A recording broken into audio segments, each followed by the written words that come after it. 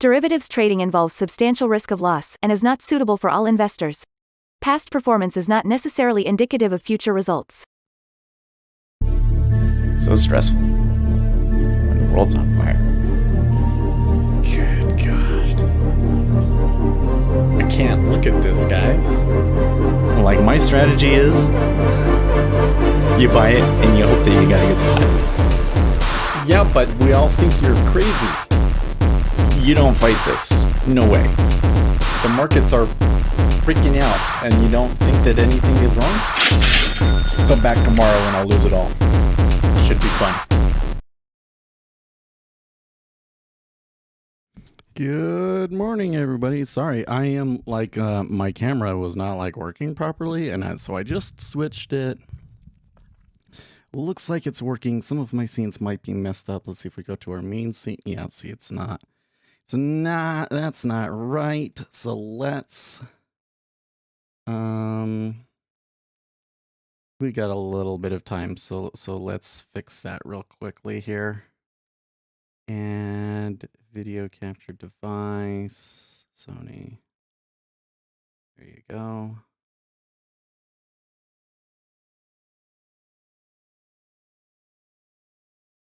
Oh, and then I need to move it into here.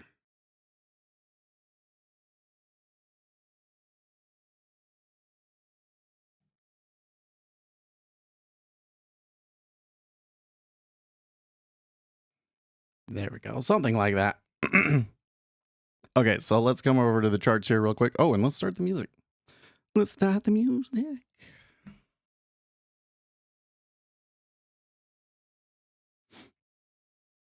Come on. I feel so unprepared, you know? Okay. There we go. Okay, so in the overnight action, we had quite a bit of a recovery here in the treasuries. I have to say, about after we left, like, the treasury market really took a dive. And I actually left my position on and made some money off of it, so not bad. We are kind of starting to head down a little bit. We got a huge barrage of data about to come out in about 4 minutes, so. S&P 500 also kind of turning to the downside and giving up yesterday's gains ahead of this data. Then we've got oil kind of middling, silver and gold still reeling from the downside here. Copper maybe actually looking okay. So it seems like the global growth thing is still kind of looking okay. But I want to look, okay, here's Bitcoin real quick. Bitcoin took a big leap yesterday. But the one that I'm seeing that's really curious to me is the dollar. I mean, the dollar's been all over the place, and you get these big swings and like the markets like really react to these swings. But then you know, overnight you get these moves, right? So overnight, last night we had a little bit of a move down in the dollar.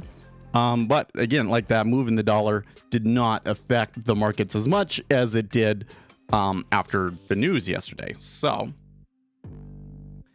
That kind of puts us in a difficult spot. It makes trading a little bit more difficult for us, right?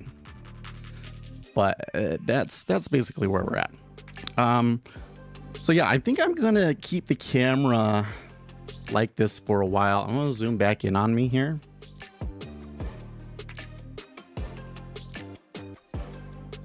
Because it was overheating, and this fan that I ordered, you know, it was supposed to come in like 2 days, and then they changed the shipping date, and it might not come for a month, which is like, F that, right? And the only reason I was doing it was so that I could get the 4K to make like a TikTok a little bit better. I think that we're just gonna have to change that, right? I think that I'm just gonna, in fact, I'm gonna do that right now. Here, vertical scenes. Vertical scenes, filters, turn off that source record. And then I'm going to come back to these scenes, come to this main menu, add the filter. I think we should be fine, because I think the issue that we had was the older version of source record. So should be able to turn this over here. Hopefully it doesn't crash.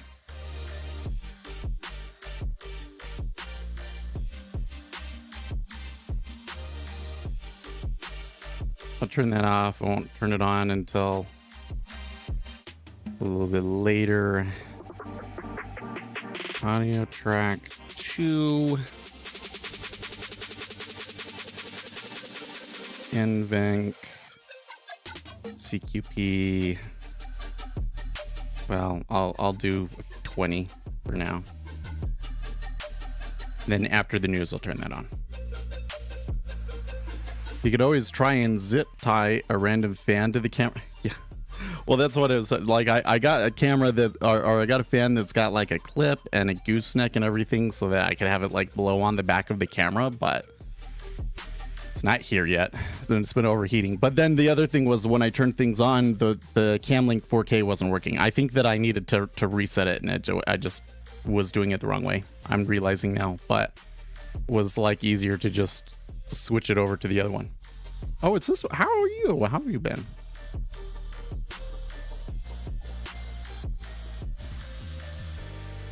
Getting a little bit of a jump there in the S&P 500 now. Oh man, it turned. Okay, so here's the news. And the interest rates are going down here. I'm still not getting the number here. Okay, initial jobless claims less than expected, 194K versus 200K. Yeah. And U.S. Philly Fed Business Index, though, negative 24.3.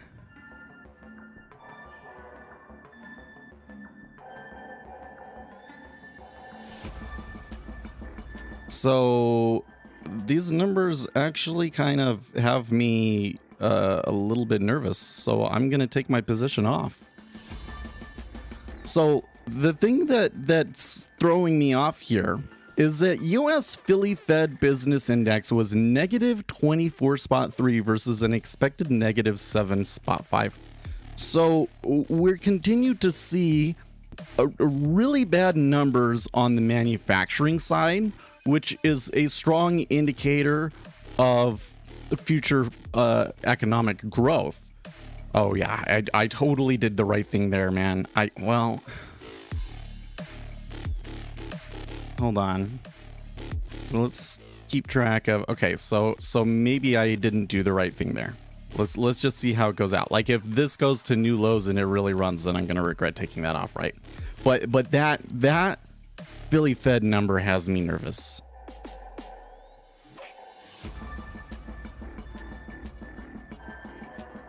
Leave a like, guys. Oh, thank you for mentioning that, Kyle. We've really slacked on remembering to say something about liking the video, haven't we? Well, man. So it could go. I mean, the initial impulse was lower, so I liked what I got there and everything. Would have preferred to take the 60. It's okay. That just kind of leaves us at, well, just short of break even from yesterday. A little mad that I do wish I had waited a little bit because I was getting nervous and I didn't like the spread, and so I crossed the spread, and I probably shouldn't have. Could have been more patient and taken a better price, because now the spread is pretty tight, right? I don't know, man. Like, so coming through here, PPI 6%. Well, okay, so they must be reacting to core PPI month over month spot 5 versus spot 3. Okay, so that's probably the biggest driver of this. I missed that, but Philly Fed was really bad as well. Okay, so well, like we've got some problems here. I can always get back in, right? These numbers seem to be screaming stagflation again to me, though, right? And it's kind of funny, every time that we get signals of stagflation, the dollar moves up, right?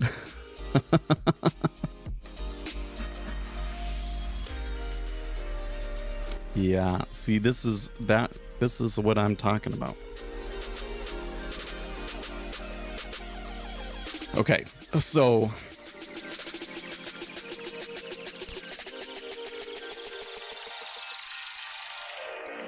Okay, so let's talk about something important.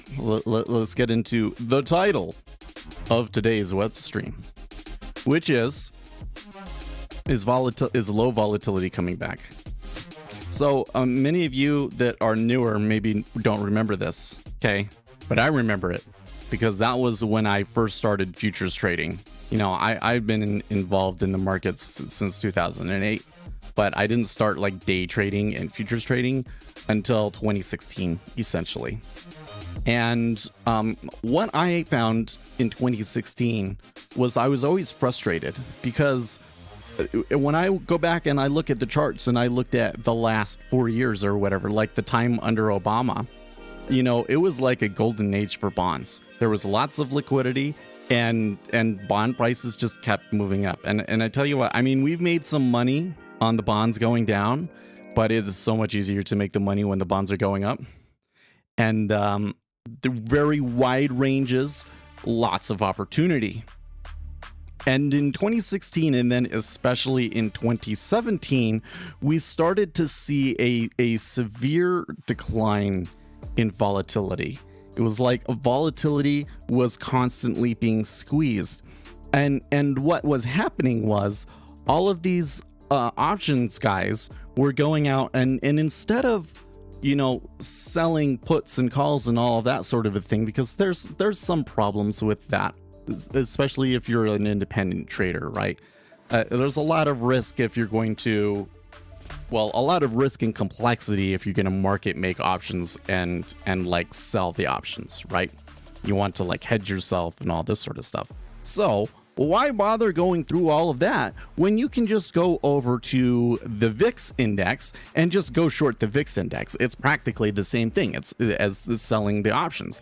And it turned into this sort of thing where they would sell the VIX mercilessly every day, and you weren't making too much from it, but it just kept working. It just kept working and working and working and working. And we went into this low volatility regime in 2017 that was just an absolute effing nightmare for day trading. Like it really was. Day trading was extremely unpopular during that time when I got into it, right? Like I started this web stream, nobody else was live streaming day trading. Certainly nobody else live streaming futures or treasuries, right? Now that it's like everybody and their dog. After 2020, everybody and their dog is doing it. But back then, nobody wanted to do it. Why? Because day trading it sucked. It was hard. It was hard. Nobody was having success. Everybody, you know? Well, I'm starting to see signs of that coming back. I'm starting to see signs of it coming back. So it's been tough. And if you go to like the subreddits, you know, you go to the day trading subreddit, you're going to find multiple popular posts in the past week of people complaining about how hard it is.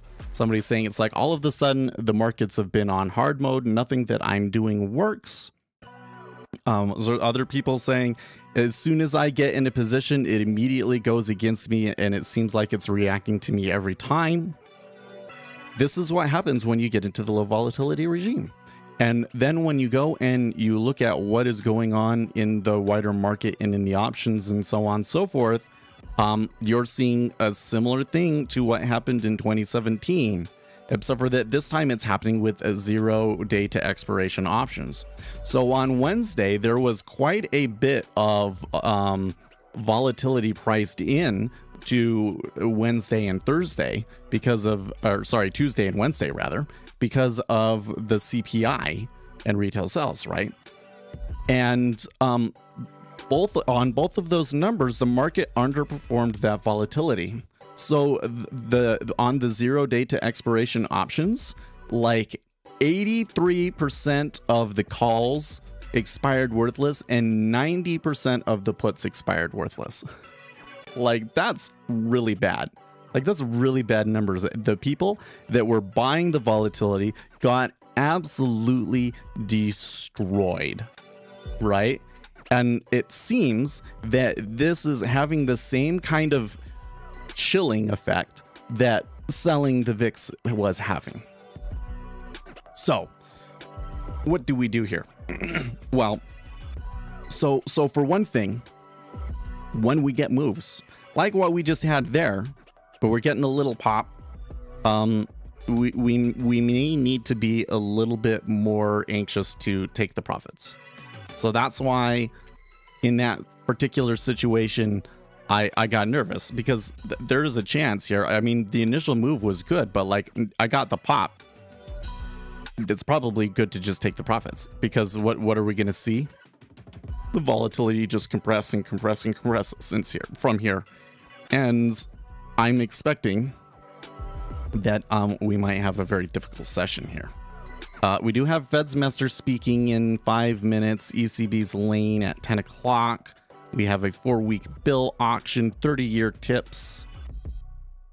But I think that we're likely to have a trading session very similar to yesterday, where it's like you'll see the volatility, you think you want to get in and you chase it, and then it just compresses and entices you. Right? You love my shirt. I don't know where this one is often on streaming days. It's kind of getting old. Plus, I don't like wearing black. Anyways, so the next thing that you can do is you can just sell the volatility, right?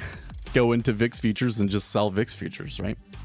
And there's ways to make money from doing that. Okay, we are expecting a text for Fed semester's speech when she comes on. Okay.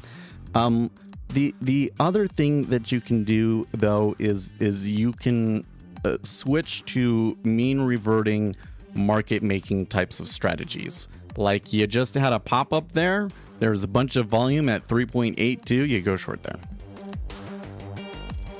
I've never been able to make that work. I've found that when the market makers have control of the market, that the retail trader gets screwed no matter what they try to do, because they just watch and see what the retail traders do and then lift their bid or their offer the other way. So it's hard to win in that situation.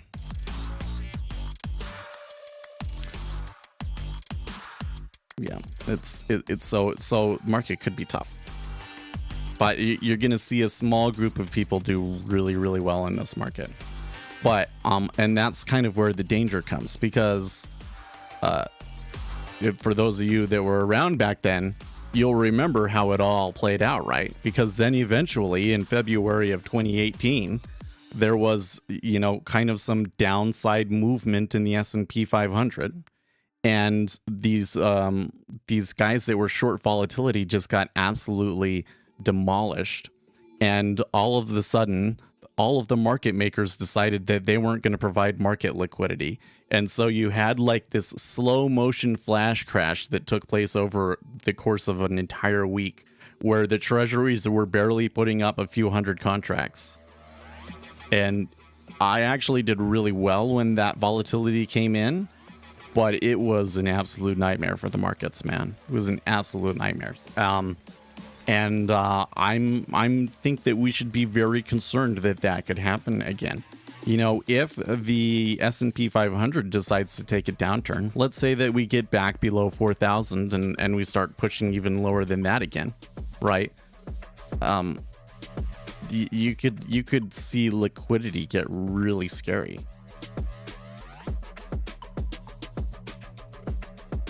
So yeah.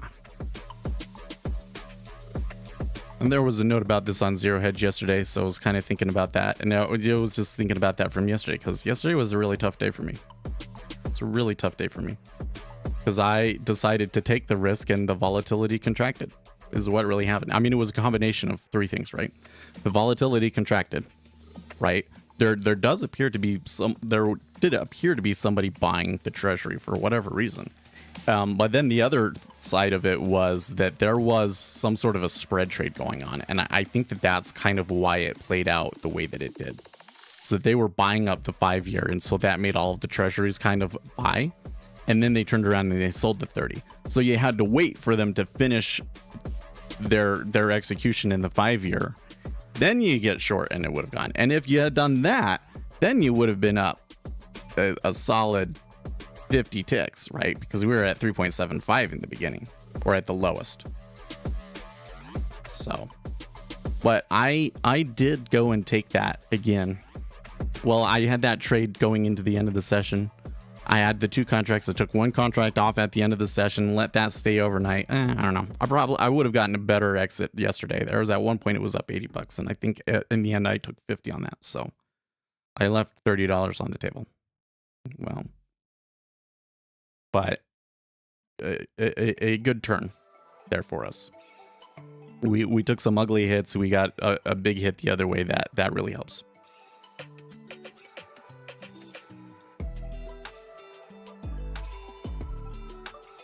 I don't think Vol is crushing again. Well, it definitely crushed this week. Let's just say that, right? It definitely crushed this week, and I'm concerned that we're going to start seeing that more often. There's a lot of front load because of the freaking Fed. You know, my hate for Fed meetings. A few years ago, markets did some Vol in between meetings, and now markets just wait for the next meeting. Yeah, well, and there's this whole thing where it's like the CPI and the non-farms are big, but otherwise... Okay, we're hearing from Fed semester right now.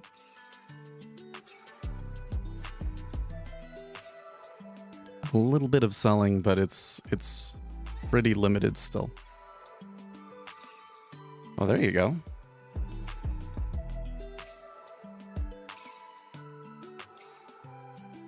She says the Fed will need to go above 5% and stay there for a while. Well, the market's saying 5.5, so I don't know if that's actually, well, that would have been good to have held on to. Not that I knew what she was going to say, but...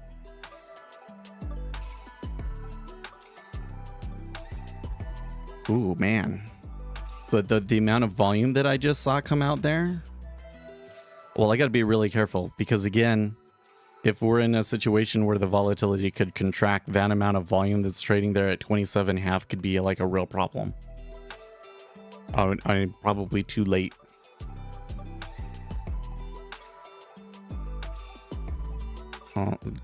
There appears to maybe be a little bit of a hole there.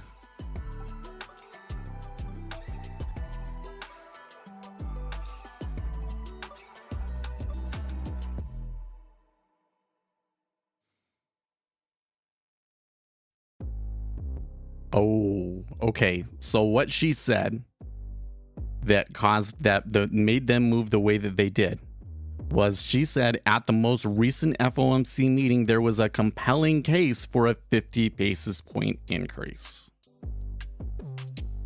That is going to shift some people. This is not a good tactical place to put it, but I would rather be you know, long rates.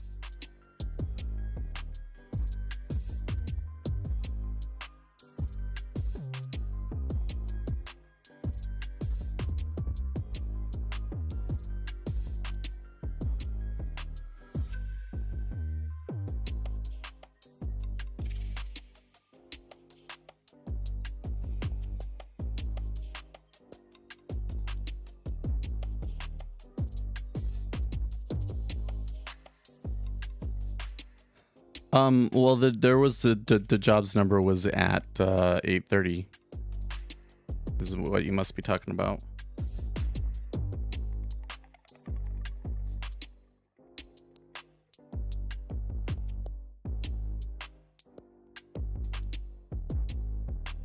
This is wild. The amount of volume we're seeing off of this is wild.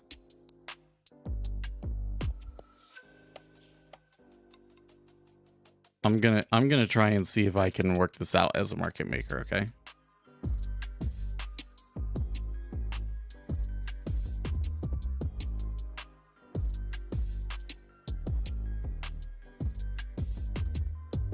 S&P 500 is taking a real dive off of that one, by the way.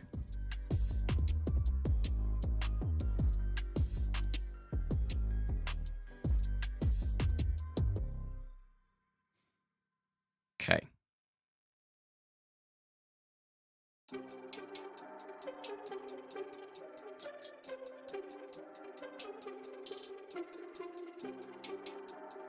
I'm gonna take it all off, actually. That worked. That worked like a charm.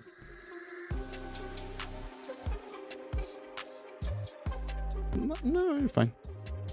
I had a position on going into the news, and then after the news I took it off. So I was at 807. It looks like I could have made about $30 more. Yeah. But the thing that really moved the market was Mester, right? So I don't know. I think that taking the profits there was appropriate for this situation, but I guess I really should have left it on in the hopes that Mester would say something hawkish. I feel like that would be a little bit more gambling it. You know, I mean, it would be okay if I'd say we're going to 4% and I'm just going to hold it till 4%. Maybe that's what I should have said, but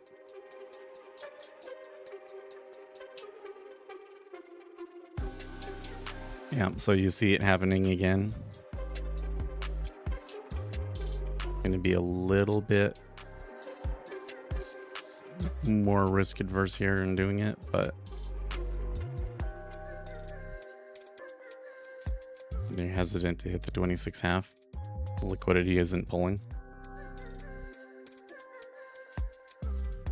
Well, no, but there's, I mean, it did flush right at the number. But the thing is that the rates overall didn't quite move quite as well as some of the outrights did.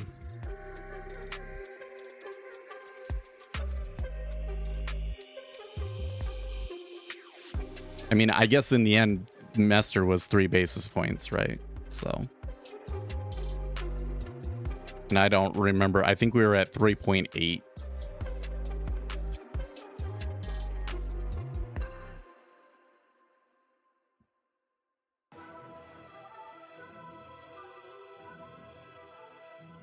You see what I'm talking about, guys?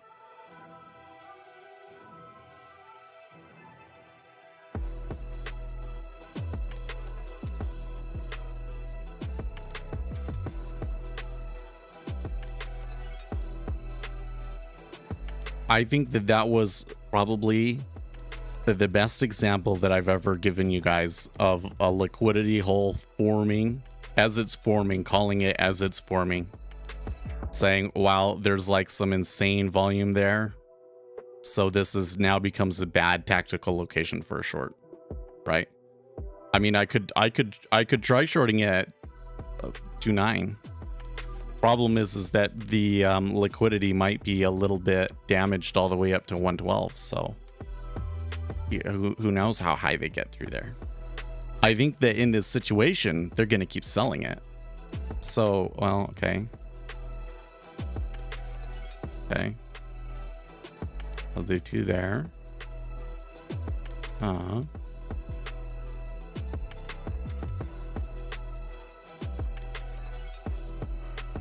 Okay.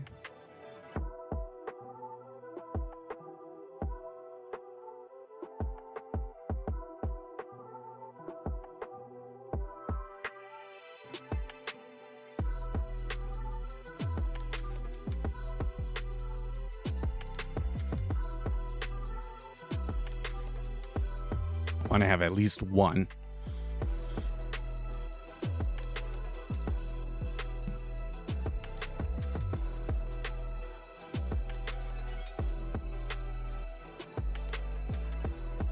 Cool.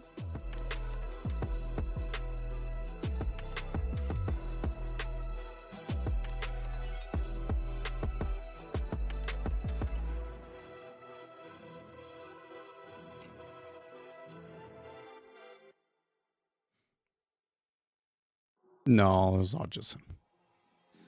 I'll just sim on the main treasury. I think that to do what I'm doing, I would need a much larger account.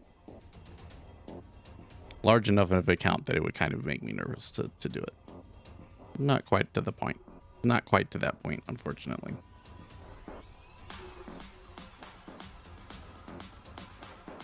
I guess you could do it with one of the larger combines, but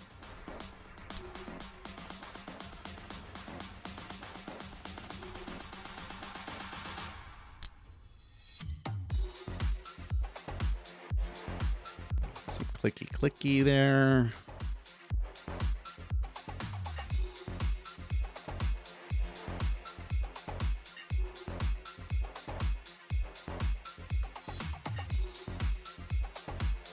Can you talk about your custom indicators you've made and what they do? There's so many though.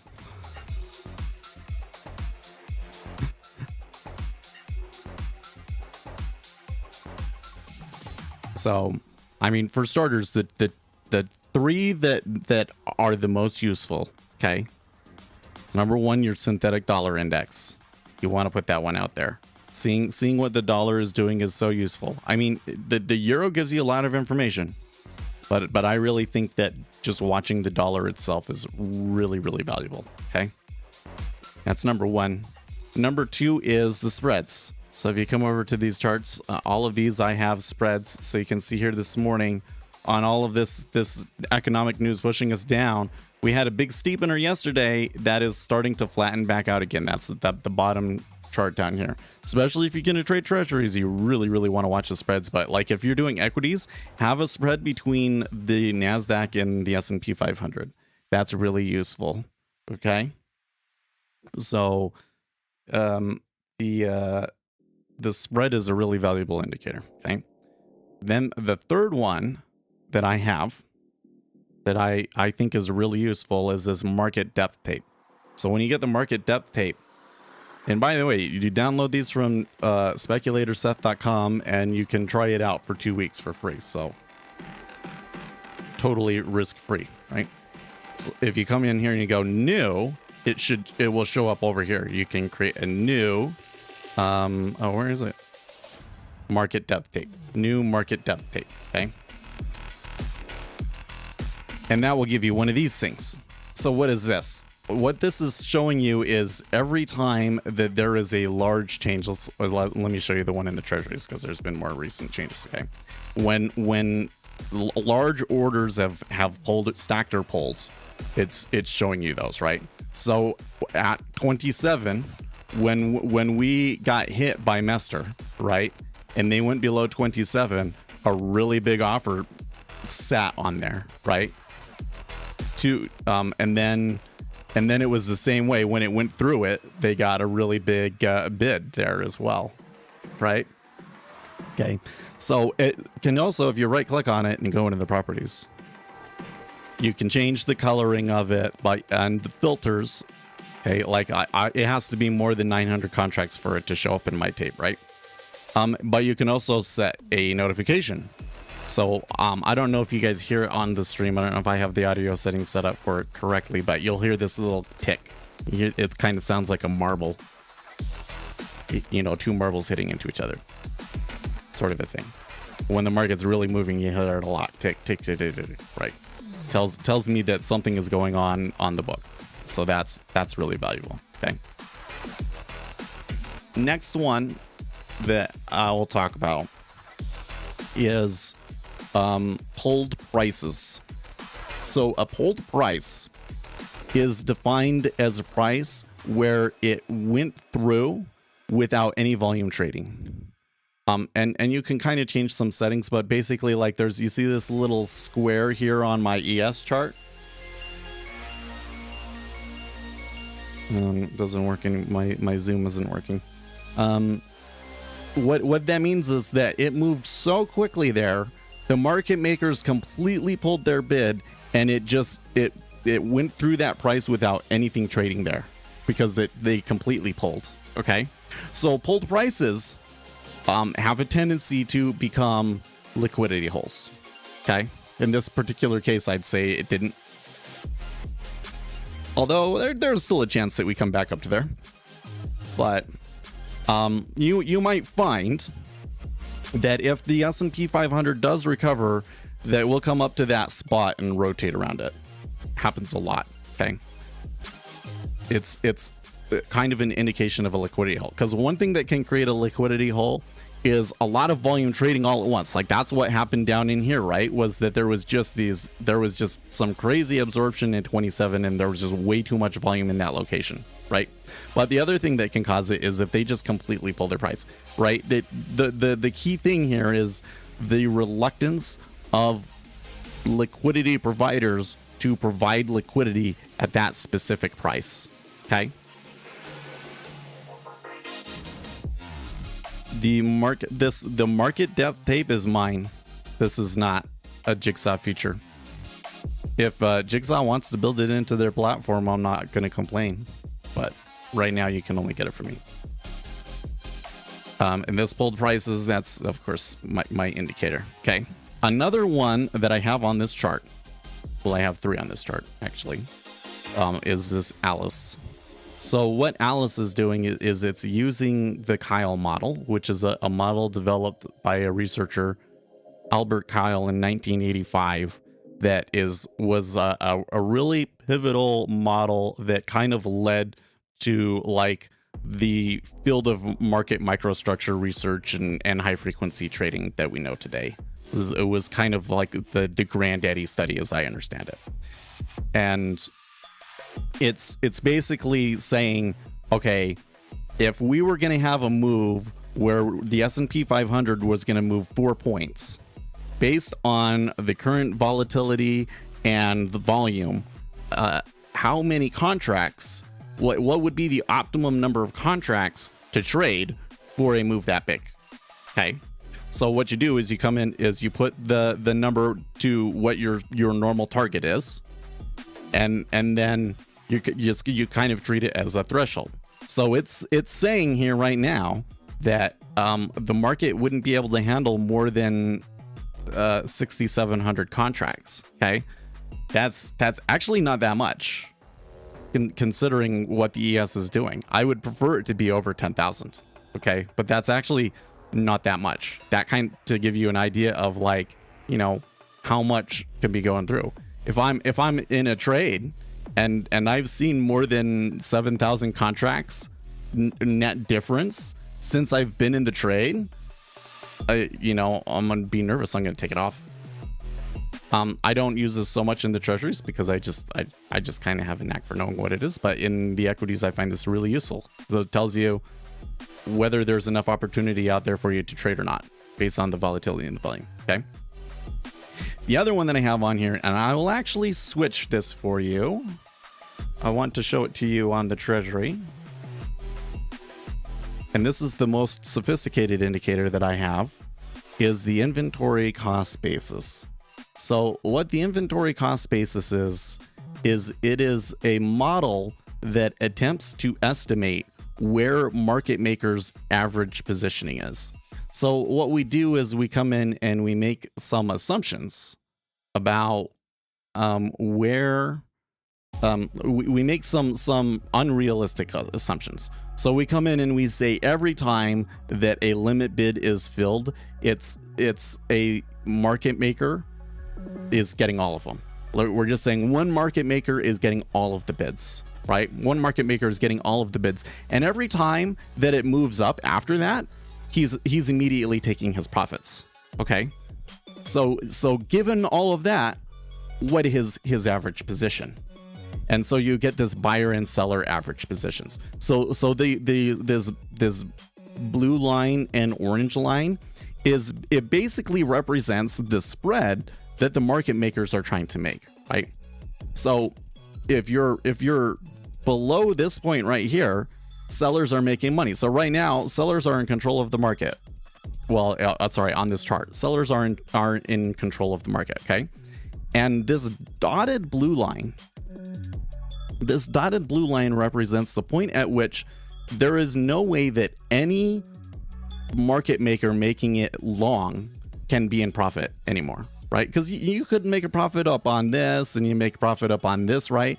But it's gone down so far that the profit that you could have made on the upside is not enough. Okay, so once you're below that line, you're kind of like in stop out zone territory. Okay, and what you will very frequently find is that they will come up to these points. So for instance, yesterday here in the treasury, look at how it came up to that inventory cost basis and flipped around. Okay, now I'd be very careful. I have not been able to work out a strategy where taking a trade off of across of those lines is a effective, it has a good expectancy. Okay, so just like any other price level, you can't treat these price levels as something predictive. Okay, but they make excellent benchmarks, and you will tend to see the market make shifts around those places, right? It is essentially VWAP divided into buy sell. You could say it like that. I think that it's a lot more advanced than that because it's also factoring in profit taking. But yes, it's a lot like VWAP. Okay. Also, what you will tend to see happen. So let's see if we can see it here on today's move now. So here we can see the spread that they've made, and what you're going to see. Yeah.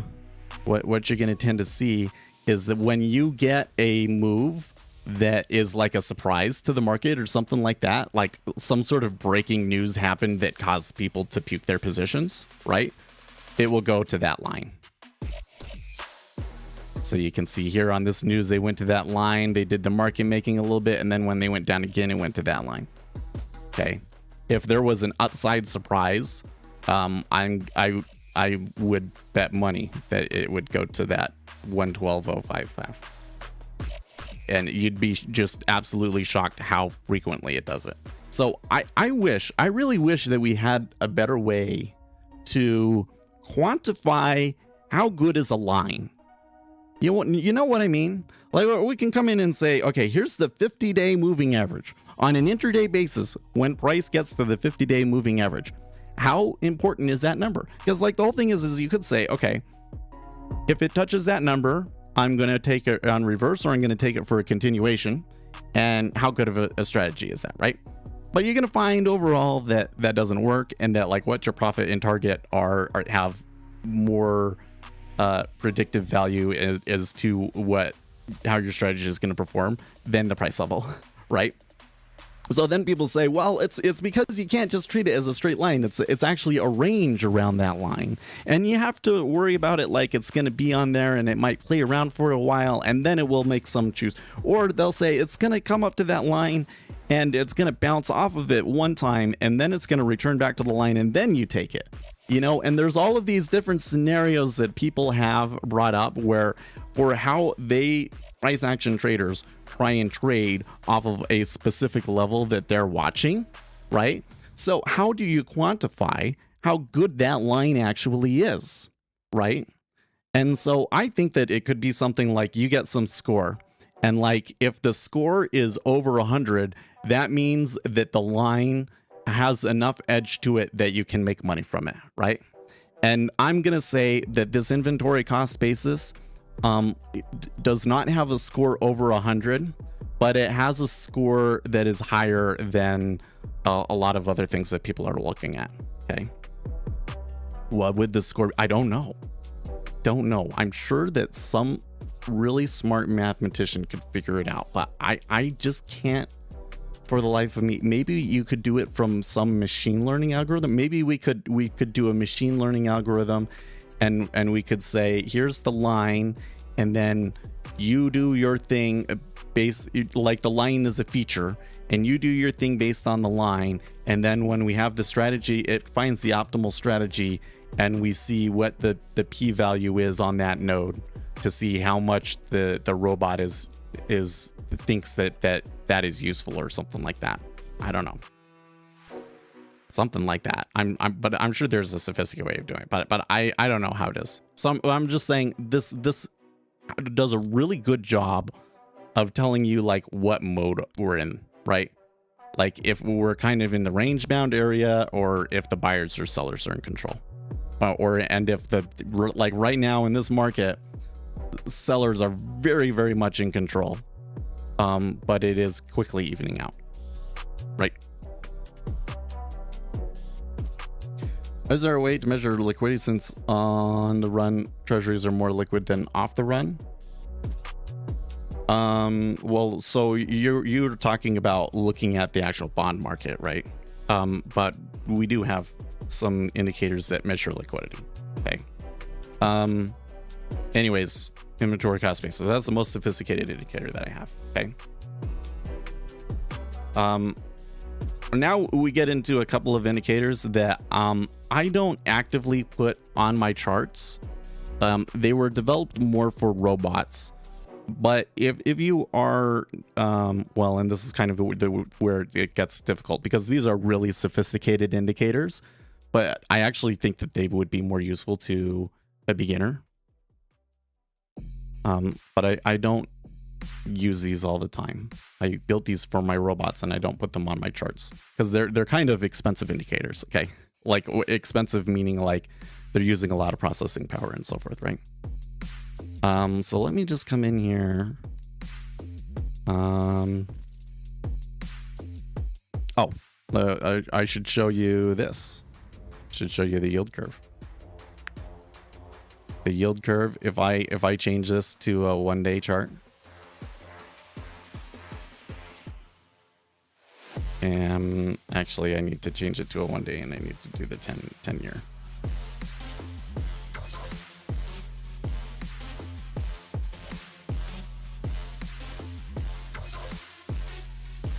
Turn tick replay off.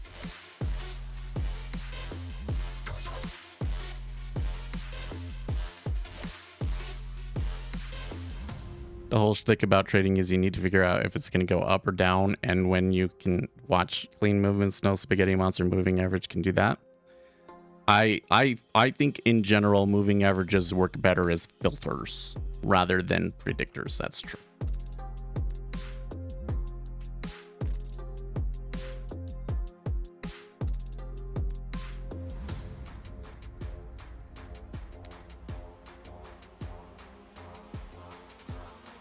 Kind of made a mistake there. Maybe I should just close it. Redo that.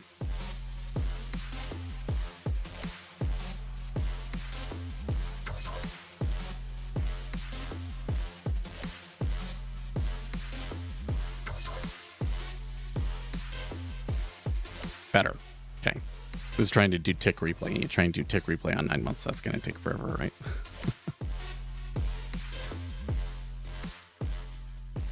Okay, so I have a yield curve plot. So the yield curve is also in the free pack, but it doesn't have all of the features. Oh no, it's not. Something's doing something wrong with it.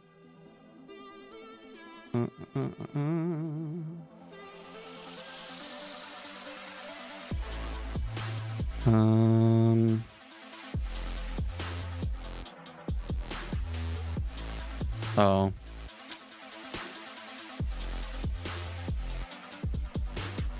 I put the right one on it, right? I might have them mixed up.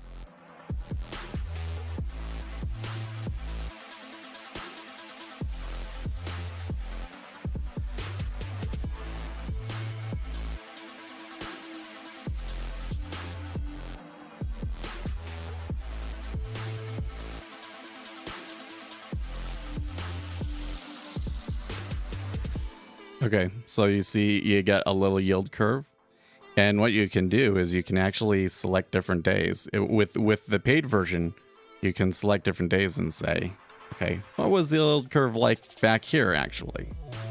What was it like here? What was it like here? Right.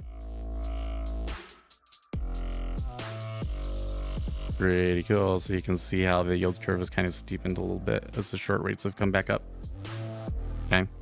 Well, that's that one. I think that one's kind of more nifty than anything.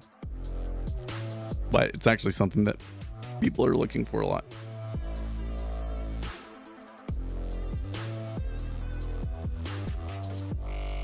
Anyways, now that we're done with that tangent, I have some indicators on here that are trying to quantify the liquidity for you in some way, right? So they go through the cumulative market depth and they do some filtering on it and stuff, because like one of the difficulties with liquidity is that like orders pull, right? So what do you do about those? How do you quantify those and stuff like that? So for instance, I have this one, which is which one should we do? Resting orders. There's a bunch of filters so that you can say, oh, I only care about what is the liquidity being provided by the really big orders, for instance. But I'm just going to put it on there like that. Now it's not going to show you the historical data because, you know, it's level 2. So it can only show me data from when I've put the indicator on the chart. But once you put the indicator on the chart, what it does is it starts caching its data. So if I refresh the chart or I close NinjaTrader down and bring it back up, I will still be able to see the data from days past. Okay. And it's just giving me an indication. So right now it's kind of saying that there's more there's more liquidity on the offer side overall. Right.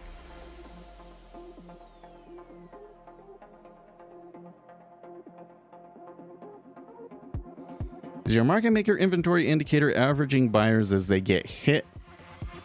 It's always the limit. It's always the limit order side of it.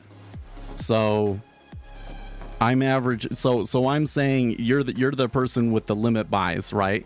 And then yes, as those limit buys get hit, they're averaging down. And as soon as the market goes up, they're taking their profits. They have offers to immediately take profits, and so that adjusts their position as well. So the big change that I would really like to make to the strategy is if I had a way to detect stops, I could then adjust their positions based on them stopping out of positions. And then I think it would be a little bit more accurate. But anyways, so I have a bunch of these indicators that are like this that are telling you what the market depth is. If I come in here and I forget what they all are, okay, largest resting orders. This just kind of tells you during that time period, what was the largest change or the largest order that added or canceled or whatever. You'll kind of see some patterns in that. Level 2 changes. This just tells you what is the overall activity in the book. Okay. And you can filter it to only show bids, only show offers, all of these other things. Okay.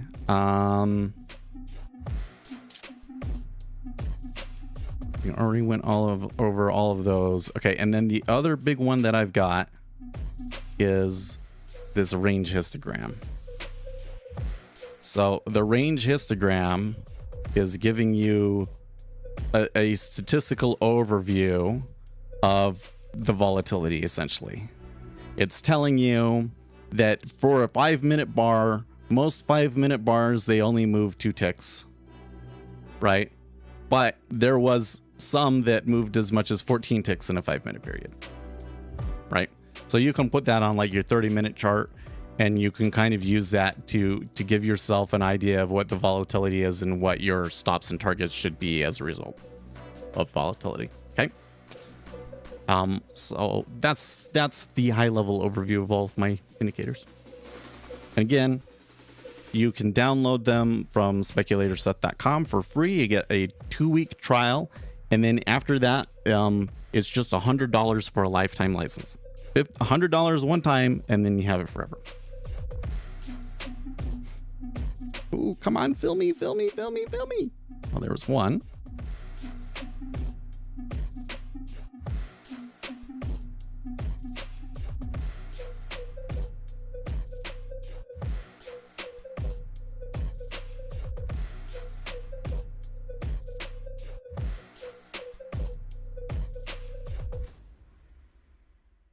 Oh, thank you very much.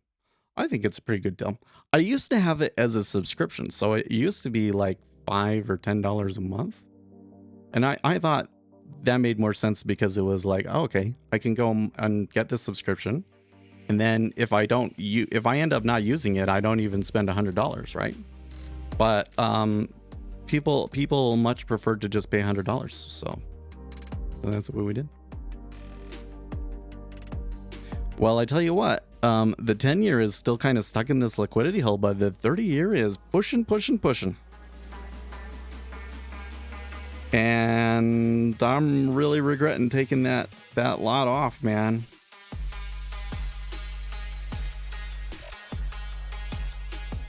as I was chatting there and kind of shuffling around my market making here, I probably should have been going along in the micro treasuries, but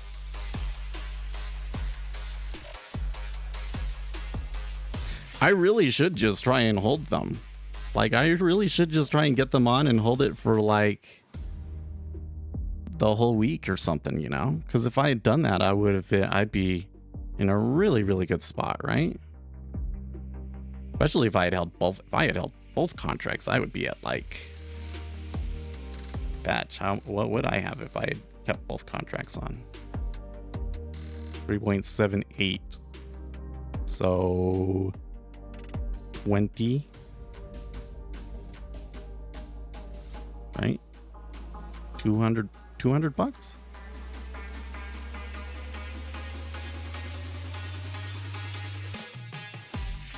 No, this is so 10, 20, 30,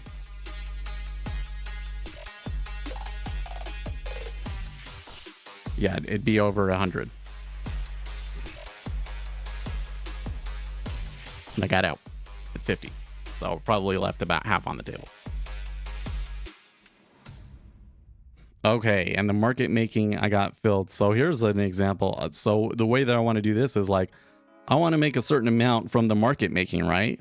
But I still think that there's a chance that we're going to go down. So I'm still giving myself exposure, right? And it like really has to come back for me to scratch the trade now, right?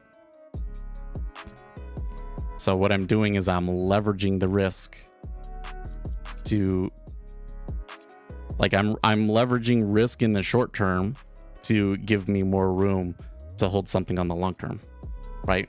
And that's kind of what I had done with this micro trade as well. As I had 2 contracts and I took it with 1 contract, and that allowed me to be able to keep it open all night. Otherwise I would have, you know, because the overnight pulled back considerably. How easy / hard is it to get fills in the micro yield? Oh man, there can be situations where it's impossible to get filled. So you'll see me complaining about it, where it's like the spread is really wide, and I know that if I put a limit order out there that it's not going to get filled. Like who's going to be buying at that time, sort of a thing. It really sucks. So you kind of have to know when the volume is coming through and when people are kind of exchanging to say, okay, like I can get involved. But that's also partly why in the micro treasuries, I very much prefer to hit into them. If I can get a situation where like there's 1 lot here, and then the next price above that, there's nothing, and then there's not any real liquidity until above that, I love to hit those. Because I can hit that, I'm immediately have favorable, you know, excursion, right? And especially if I can hit that and I can see it tick, right? So that it's immediately my price is bid, I'm catching the edge, right? That's a better entry. And then I want to see it go 5, you know, at least 5 ticks pretty quickly after me hitting it, right? So you can kind of play the aggressor in the micro treasuries, because it is kind of a risk to be the market maker over here when there's not that much volume trading. Though I'm pretty sure that these robots in the micro tenure make money. And it's not a trivial amount. Certainly not as much as the other instruments, but it's not a trivial amount.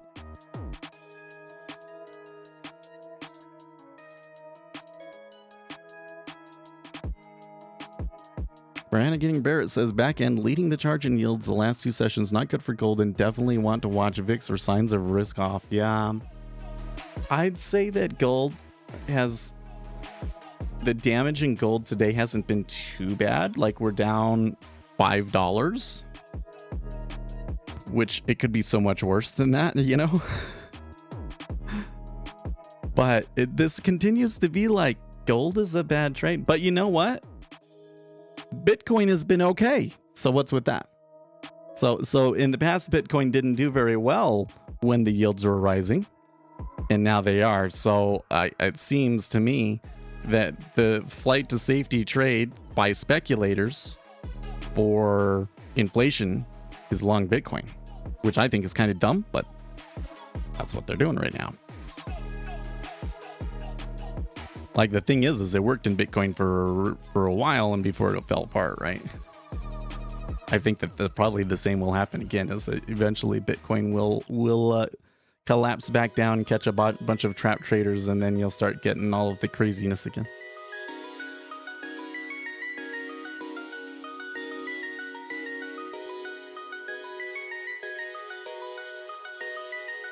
Man, I'm really kicking myself for just saying, okay, that was the news, it's going to come back, and not thinking about Brainerd. I guess I really didn't expect Brainerd to say something that would move the market that much. And the issue that I have now is I'm like, oh yeah, yields are going to get higher. I mean, look, we're almost 10 basis points from yesterday. So like I said, if I really held it, could have been $200. Geez, not $200. It would be 160. That would have been enough. Should have, would have, could have. Why am I such a pussy about it? Or am I doing the right thing? Because I mean, she could have come out and said something really dovish, and then I would have been like really kicking myself because I would have lost all of the profits I had made. You know? Jeez. Is it tough? I'm trying to swing, and I think this is a tough market to make swing decisions in, isn't it? Yeah. Well, so now it's like, the other thing is when I got out, I was like, well, I can always get back in. But this moved so fast, and now like going long wouldn't have worked since then. So I think, you know, I could hit 3.844, and that would be the highest that anybody's bought today. I don't think I want to be that guy, even though it looks like it's gonna keep going. Gosh, so I got this bone spur. Did I show you guys the bone spur? Oh my gosh. I want to look at it. I'm going to pull it up.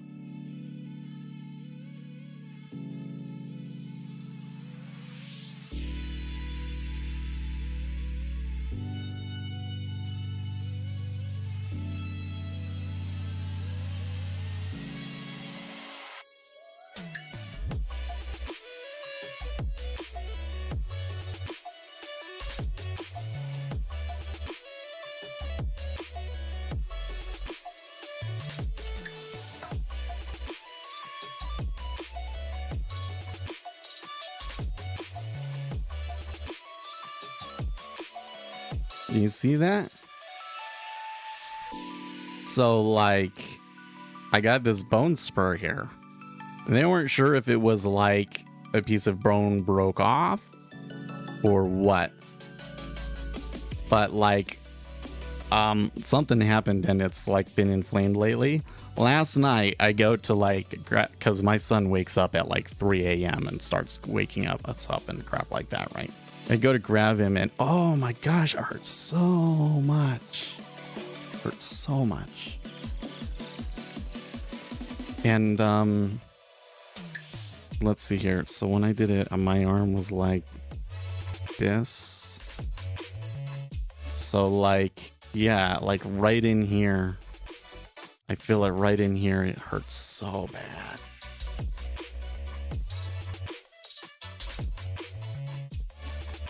I don't know if I need to do anything about it or what, but it's still kind of smarts.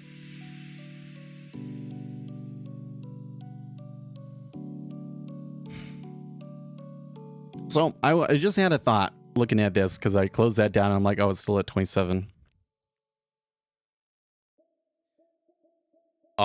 The market making here in this situation worked really, really well, right? Which is what we would expect given the market conditions. So I'm wondering now if I really should be trading 2 contracts more often in the micros now. I might need to wait a little bit longer.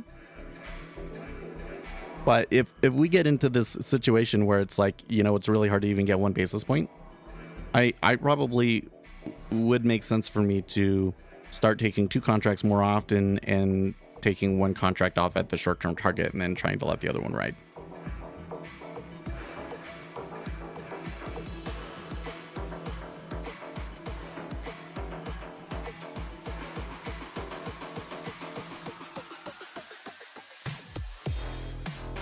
I don't know. I do think though that taking that contract off, I think I made a mistake because I was concerned about the Philly Fed, and it seems to me that isn't really mattering right now. The market's freaking out because of stagflation. It's a really bad down day in the S&P. They haven't even opened up yet. I'm just realizing that it's 30 seconds to the S&P 500 open. And we're down like what, 60 points from the overnight highs. Oh, did I not even? Oh no, I showed you the picture. I'm just like, this one's still open. Outside day in the S&P before, yeah. So do you think that they're gonna try and do the gap close thing today? You know that the retail traders are going to go for the gap close, but that sounds like a crazy trade to me. Those offers are looking a little menacing to me, man.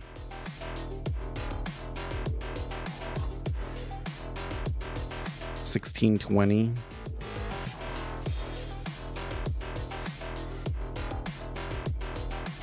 Like, I'm just thinking about how many buyers you would need to have just to get us back to 30.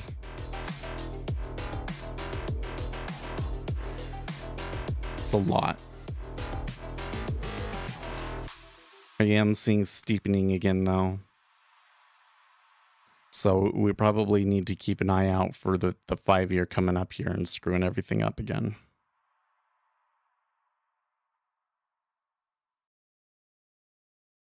Fed's Mister is still speaking, by the way.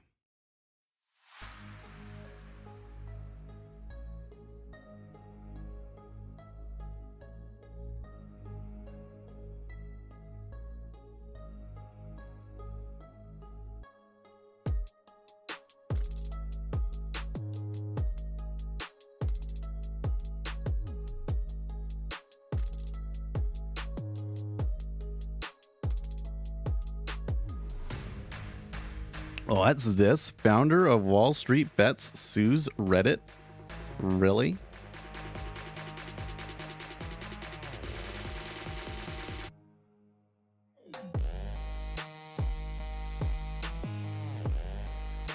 Jamie Rogozinski said his ouster, ostensibly for violating Reddit policy by attempting to monetize a community, was a pretext to keep him from trying to control a famous brand that helped Reddit rise to a $10 billion valuation by late 2021.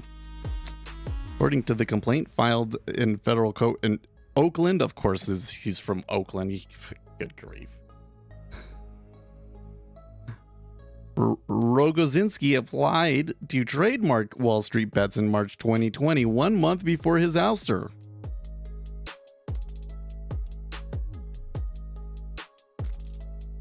If you build it, they will come, the complaint said, quoting from the 1989 movie Field of Dreams. Reddit Dreams, however, turned out to be Mr. Rogozinski's nightmare, as the company insists if you build it, we will take it from you. This is a completely frivolous lawsuit with no basis in reality, a spokeswoman said.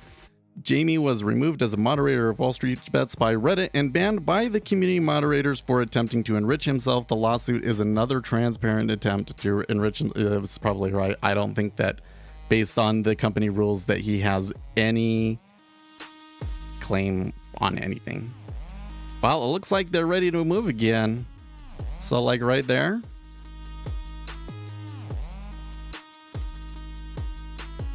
Nope. Nope. So I wanted that to pull. When I hit it, it didn't hit. Some other people followed behind me though. There's only one lot there now.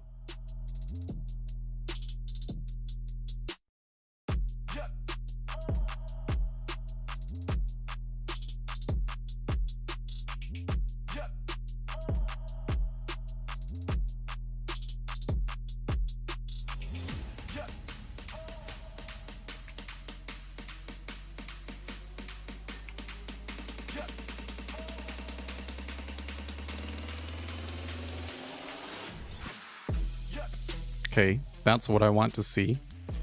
Good strong bid on me, right? I don't know. I think it's going to be hard to get much out of this. In fact, I'm going to save myself a spot in line.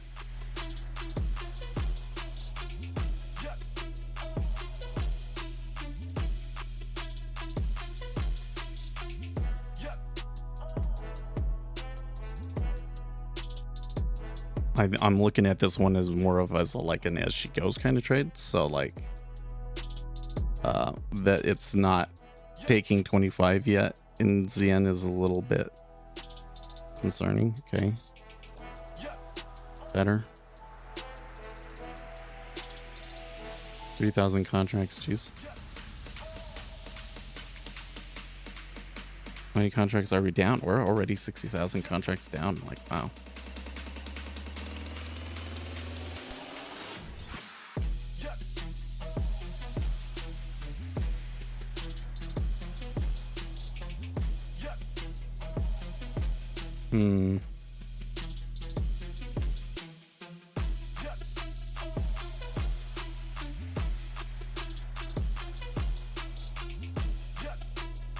So I'd like to see them take out the 24s, right?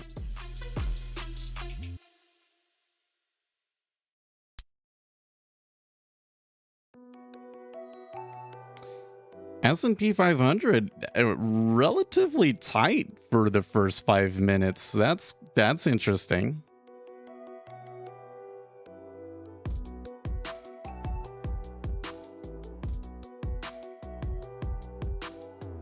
Fed's Master Fed actions will slow growth and increase unemployment. You say so. So I read this article. I'm going to make a TikTok about this today because I saw this. Somebody was talking about this on TikTok. It was like a Yahoo Finance article talking about how inflation might be high for the next decade. And it's like, and millennials are to blame. And then in the article, they said like, because millennials will be buying things like basic goods and everything. So the creator portrayed it as they were claiming that because we only spend money on necessities that we're creating inflation, which is ridiculous. That's not what this story said. But the Economist was actually making a very astute observation, which is that there are a lot of millennials. And at this point, there are more millennials than there are boomers. And not only are there more millennials than there are boomers, but millennials are just now coming into the point of their life where their spending makes them the highest spending demographic, right? So basically what you get is that there are so many of them that even if millennials only buy necessities, even if they're only buying necessities, they put a significant strain on supply. So this economist uses that to speculate that we could have higher inflation for a decade or more. And while I don't think that has to mean that like inflation is going to be out of control 5% every year and all that sort of a thing, but I do think that it probably means that the zero interest rate environment is probably not coming back. I don't think that rates will be able to be that low.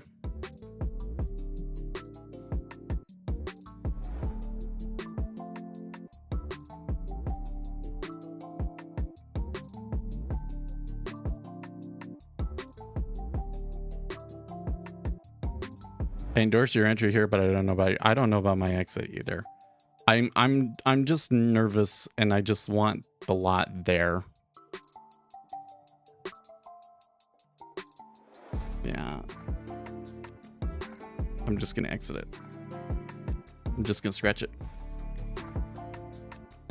I know, right?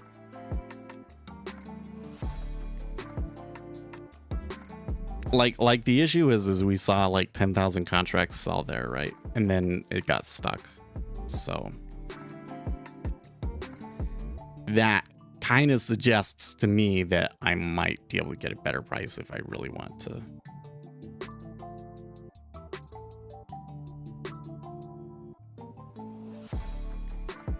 Actually,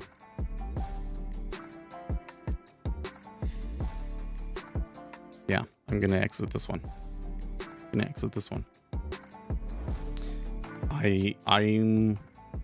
I think that now that we've touched 3.85, I feel that the further downside action in treasuries is probably not as much opportunity now. So I could just say, oh, that was a good trade, and just leave it at that. Part of this is I think I'm still a little traumatized from Tuesday and Wednesday, right? Like yesterday, I made it back off stream. No, I didn't make all of it back. I'm still down 16. I made most of it back. And if I had been able to get some better exits or I had held this, then I would have been like, oh my gosh. Tomorrow was expiration. Yeah. It is kind of killing me that if I had just left the 2 contracts on, I would be up 200 right now. And that would put me in an awesome spot. I mean, like the bigger thing is that I had the trade the whole time and I just could never seem to keep myself in it. And I was just kept having too many bad moves against me in between. If I had just kept the move on from the Friday when we were at like what, 3.5, even with 1 contract, that'd be almost $500. That would have been a new high in the portfolio. And I said, like, the thing is we did the poll, is like, should we just hold it? And we're like, yeah. But then, you know, as time got along, I said, I don't know if this one makes sense. Right. Maybe it's going to do it to me right here. They're going to be like, okay, if you don't want to be in, we're just going to go up there now.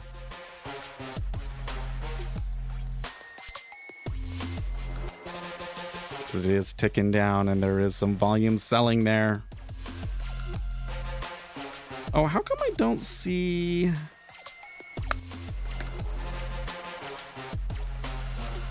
Hold on. There we go.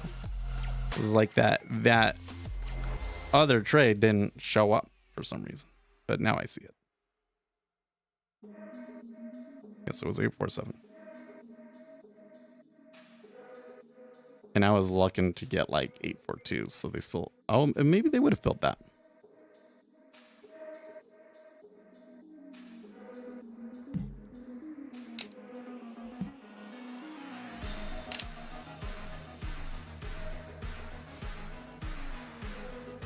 $5K.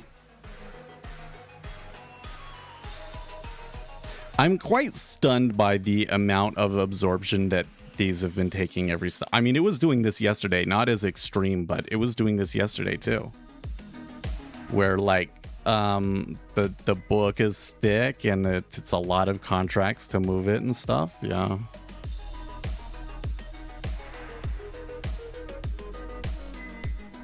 Wow, you took 3 more trades and they were all break even yesterday? Man, the more that I think about this, the madder I get at myself. I should have just held it. Fuck. Should have just held it. You could take it off right now. 6,669, that's a lot. Could take it off now. And then even maybe that. So like here's the issue is like if I had held it, okay, when do you take it off? It's like I could take it off right now and be happy. Okay, done.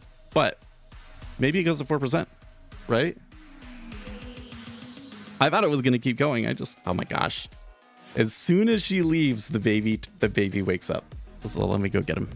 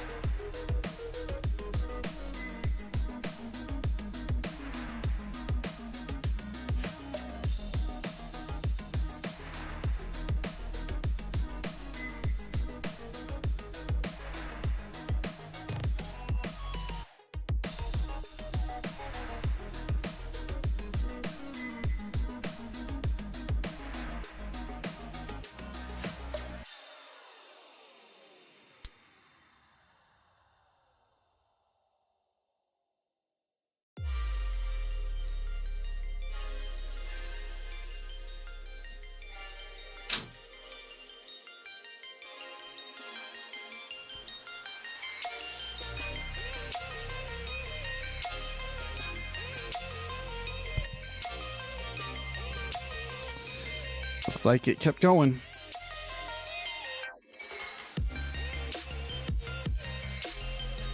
These are really starting to turn into a bender.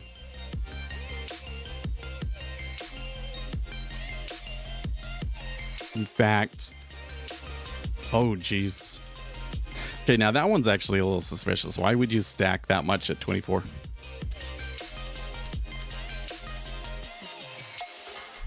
We might get it like a pop off here.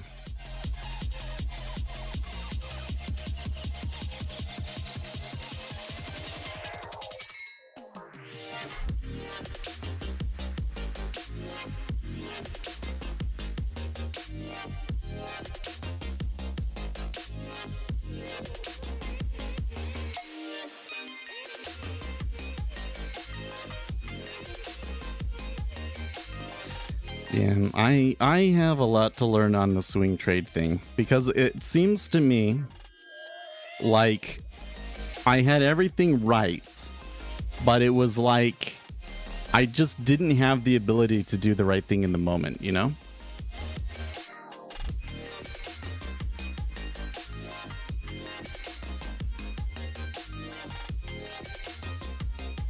That's looking really bad. 22 now.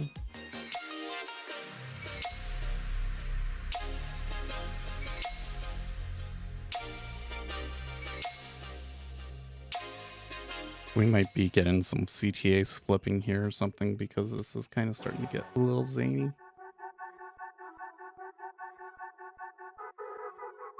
Well, that would have been my 10.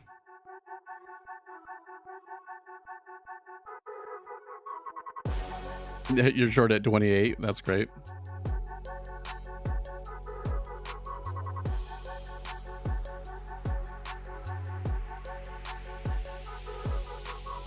Well, yeah, I mean, that's the thing that I'm getting at here is that a lot of the time our problem in trading is not a deficit of knowledge, right?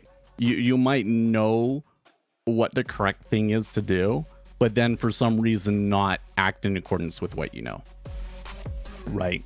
So that kind of means that, like, you've got certain neurons firing that are like clouding everything else.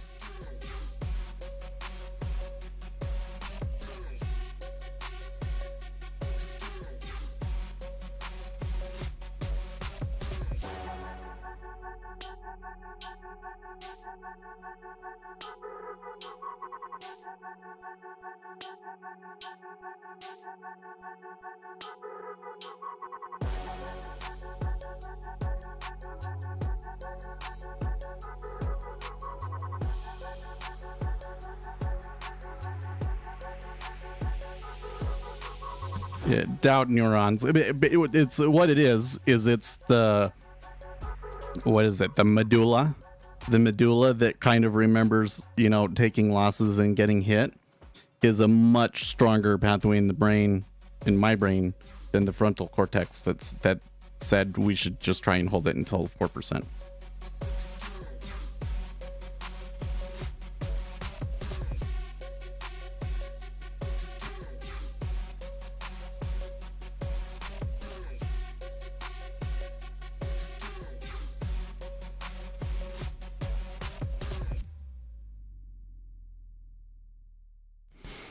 I think I actually, you know what I think it is though? So my whole approach here, right, has been informed trading, right? And I think that's a great way to take it. If I don't know what's going to lead to the next set of sell orders, then why am I in a position? And here in this case, I didn't know that Fed semester was going to say, oh, maybe we actually should have done 50 basis points, right? Okay, that's why the market's reacting the way that they are. I didn't know that she was going to say that. So did I really have a justification to stay in the trade thinking that there was going to be more order flow in my direction?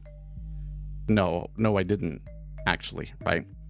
But the problem is that when you're starting to take like a longer swing trade, you're kind of going off of a different set of information and so forth, right? And some of that might be more risk reward based, right?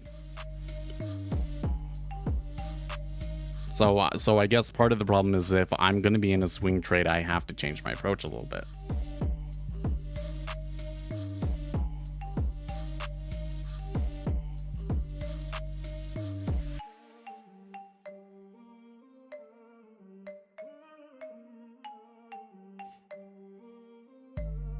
Let's stick to it even if it fails.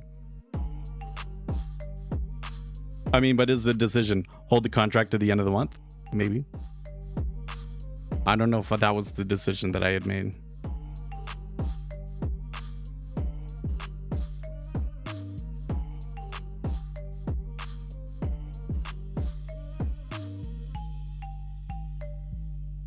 I think that what I did was I got into the position and then I'm like, okay, when things calm down, I can kind of rethink it if I really want to hold it after the market closes.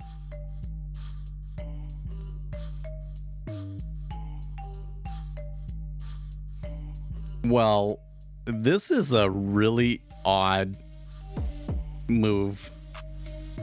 Not that it's an odd move because it's such a strong trend down and so forth in the treasuries. I mean, when the treasuries move, they move. What's odd is that the S&P 500 is basically traded in a 15-point range since the open while this is all happening. How that is really weird. You didn't think there was a meta order short? We're okay, so like we're down like 70,000 contracts. Like how am I supposed to know that it's 70,000 contracts, right? I took some profit, right? And then I was like, I don't know if I'm really can get more volume than that. It's going to be really hard for them to continue pushing, right? That's a tough call. Every time that I see it tick up and 1,600 contracts go bid, I'm thinking, oh, this could rebound really hard. 5,000. I like these bids aren't pulling out of the way. I don't know if I've ever seen this on a sell before. Like when they're buying.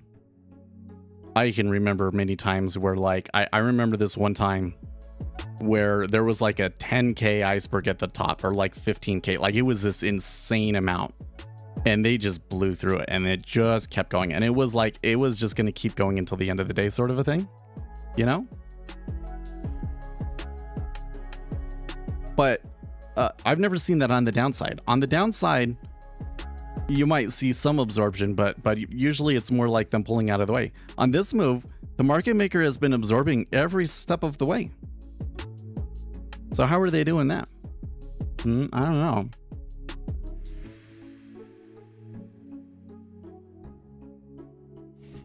I mean, are they just sizing down? Are they just averaging down a ton? And that's why it keeps going higher and higher. Is they're like practically martingale it or something? Then they're taking the offers. I don't know, because I just don't see how can you, who is it that's able to buy 70,000, you know, or not who, but like what group of traders can take 70,000 contracts worth of treasuries and have it keep moving against them like that, you know?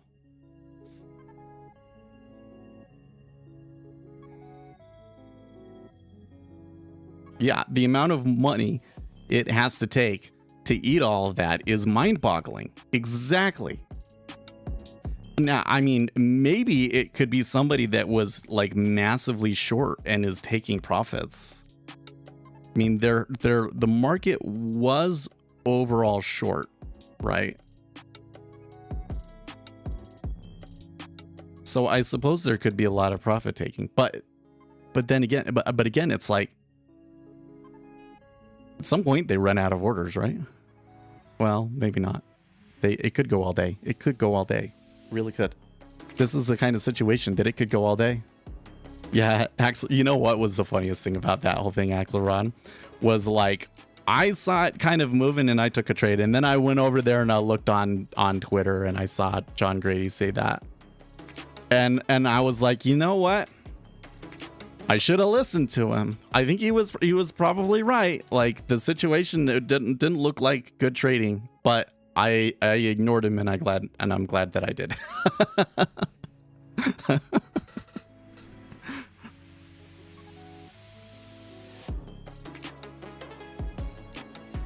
Again, what Mester, I don't know.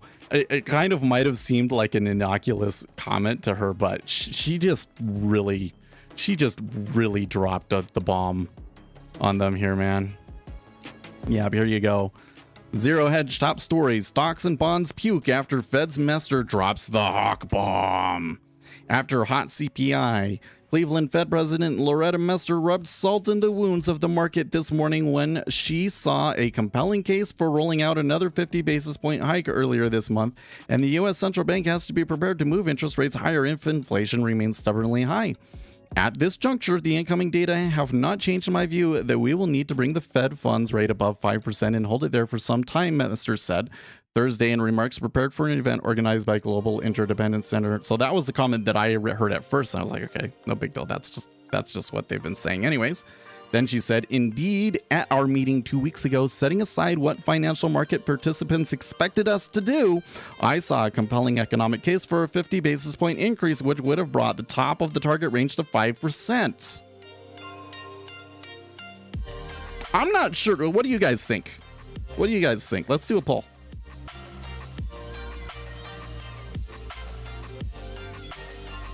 What should the Fed have done in Fed FOMC? You all have the benefit of a retrospect. No, not start QA. It's a poll. Start a poll.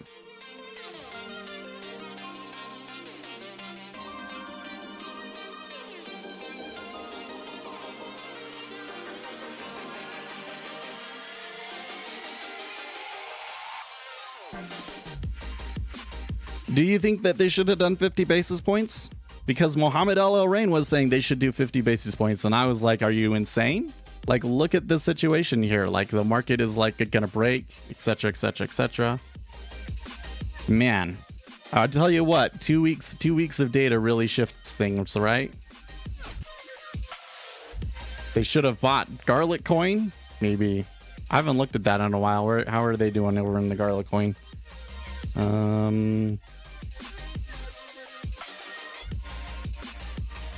I'm really surprised that Bitcoin hasn't taken a hit at all. I find that incredibly suspicious, by the way.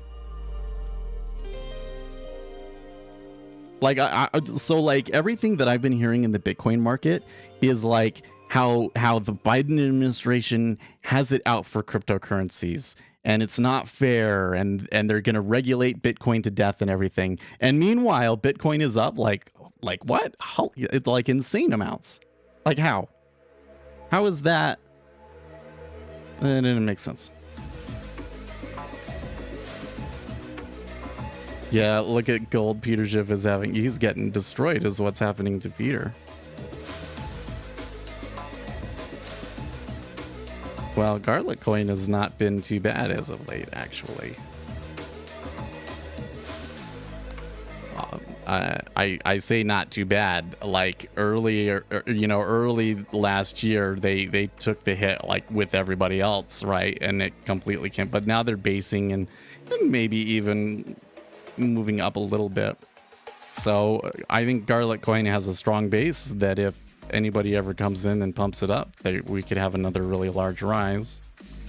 Because if we come back to like the all action, right, and we just come back to this, it's like it's a little bit higher than where it was.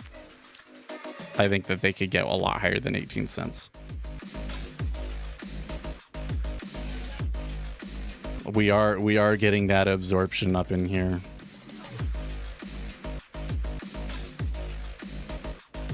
Was I 4.7, right? Yeah, 4.7. Oh, I could have almost made 20 bucks. So when you're getting that much movement, you know, you're gonna leave more on the table. So like, for me having scratched that one, it was gonna go 15 ticks more. Like on a normal day, that I'd be really kicking myself for that. But on today, I think that's just kind of like, you know, you can't be that accurate. The one that I have to kick myself for is getting out at 3.807 and not holding it for Mester. 50 bucks. The Dow is pumping hard.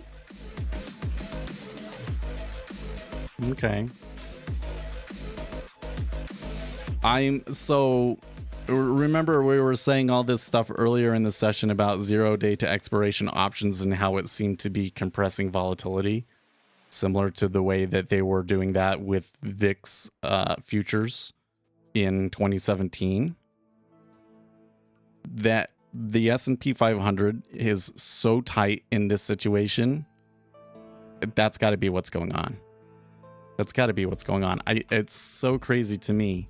You can move 60 points before the open and then just trade in a range of 16. Like, what? What? That's crazy, right? Is that not crazy? Seems kind of crazy to me.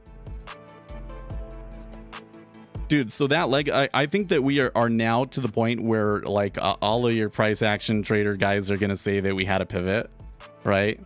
1, 2, 3, 4. 4 is usually what you use. You could do 4 to 6. Okay. So let's just say that we had a pivot. That was a 21 down tick trend.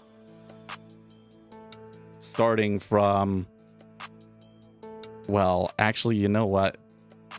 Kills me, actually. So here's where I think I really made a mistake. I think I made 2 mistakes. I mean, mistake 1 was just ever getting out of the swing trade. But mistake 2 was we pulled all the way back to 30.5. We pulled all the way back to 30.5 and I could have been short from there. I mean, I did it on the sim account. But I could have bought from here. And that would have been a good trade. That would have been about 50 bucks. So I missed an opportunity there. I really did. It does kind of look like though if I had taken that trade, like if I was in and I was still in, you know, I'd be facing my position completely retracing.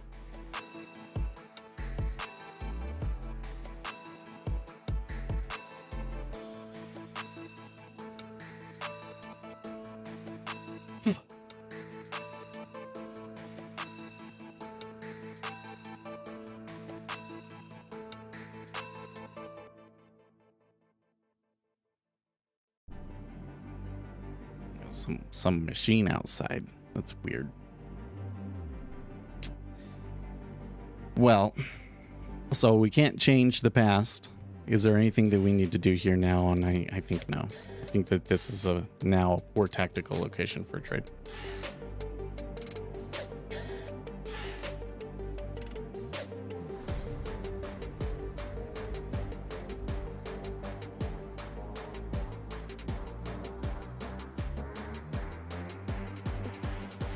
It's really striking to me how quickly we can change, how quickly the narrative can change, you know? Because 3 weeks ago, the economic numbers looked really bad. Like those economic conditions eased considerably for a reason, right?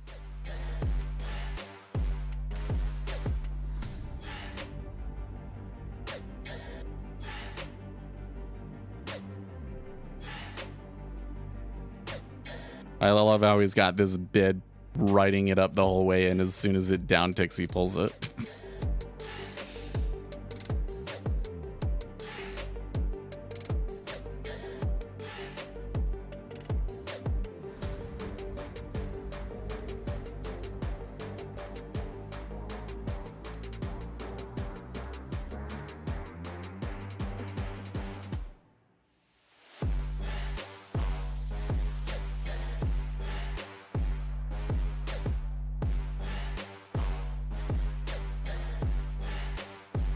I feel kind of beat up.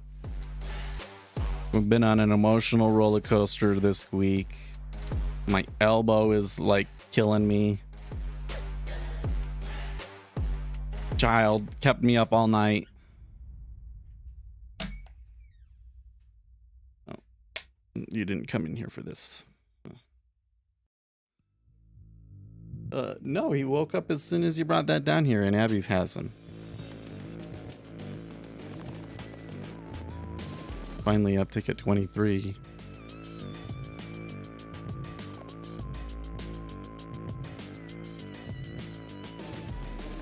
This is the point where like you come in and you try and reverse it and you get slaughtered. I think that's happened to me before. Like this leg downside today has had 3 legs to it. So usually like whatever kind of meta order you have is done. You try reversing it and then it just more selling comes because it's a trend day, you know? Could be a trend day. I think that it will be difficult from here, but you may still get some lows. And we'll probably close the day somewhere down around about here. How bad of a move is it in the S&P 500? Minus 1.29?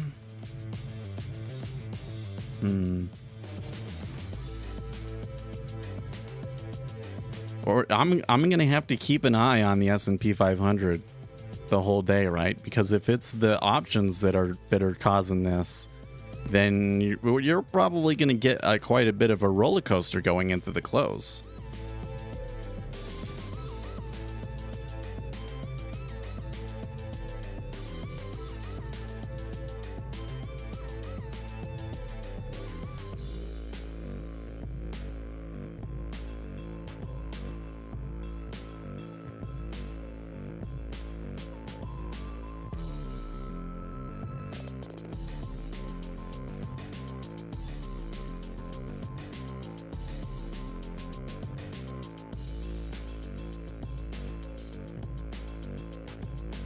I'm kind of tempted to change the title of today's stream to I should have held.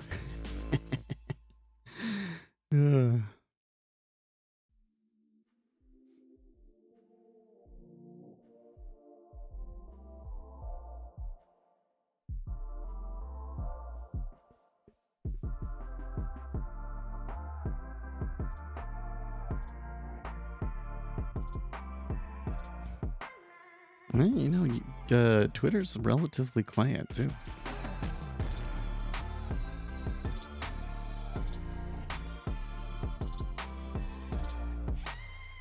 $30 billion in intraday selling. That's how much Kolonovak thinks the 0 days to expiration could lead to if they had a Volmageddon again.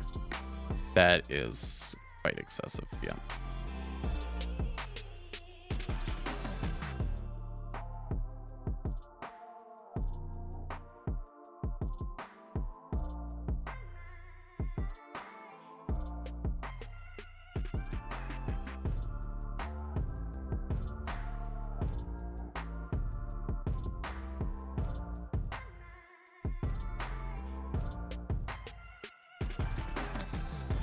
They seem pretty happy at 22.5.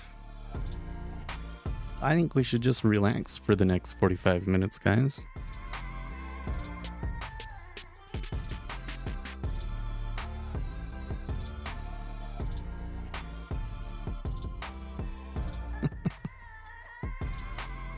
Jim.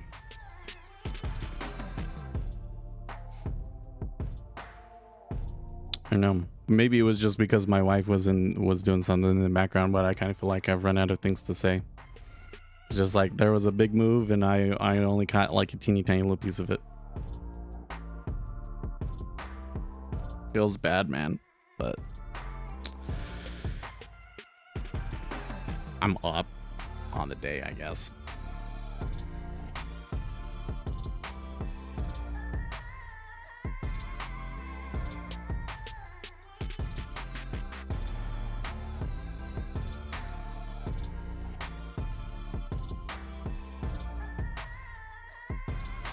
You missed it too. Yeah, I really, you know, the thing is that there's been so many Fed speakers since the meeting, since the jobs numbers, even since CPI. And Mester is not the hawk. You know, like Mester is not the hawk. So you know, I had kind of gotten to the mode of it kind of looks like that the market that the Fed doesn't really want to come out and say anything too dramatic, and that the market is like starting to get muted reactions to the Fed speakers. So I kind of had like, I knew that she was going to speak, but I didn't really think much of it. I certainly wasn't sitting there going like, oh yeah, I should hold the trade because she's likely to say something hawkish. You know, if I had thought that she was going to say anything significant, it maybe would have made me nervous and want to take the trade off because of that, because I wouldn't know what she's going to say, you know? So like, really, I mean, given how the market has moved here, it must have taken lots of people by surprise, right?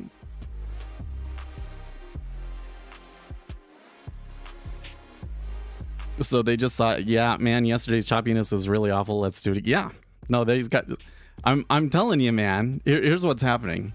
All of the retail traders are getting those 0 day to expiration options, and they're saying, oh man, look, the S&P 500 is down 60 points overnight. We should go short for it to come back. Or they're saying, oh yeah, here's a good gap trade. I should be able to catch it back up to for it to close the overnight gap or whatever the deal is, right? So they're all buying the options, expecting it to move that far, and then it doesn't do it.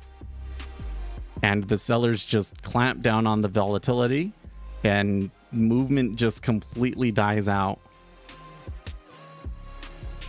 Now, if they get breakout, so like, and then what you can see here is like, maybe they are buying it at the moment, right?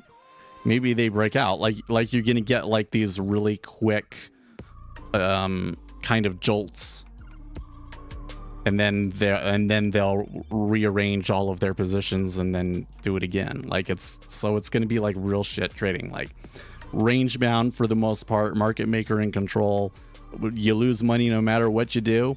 And then there's like this really short, brief move that you're like, oh, why didn't I catch that? And then, so then you try and get in on continuation, and then it goes back into a confusing range bound mess again, right? That's what happens when in these liquidity conditions. See, some of you, not Kevin. I don't think Octavius, you've been around longer than, you were around in 2018, weren't you, Octavius? I can't remember. But see, you, these kids, they only adopt the range, you know, out of convenience, right?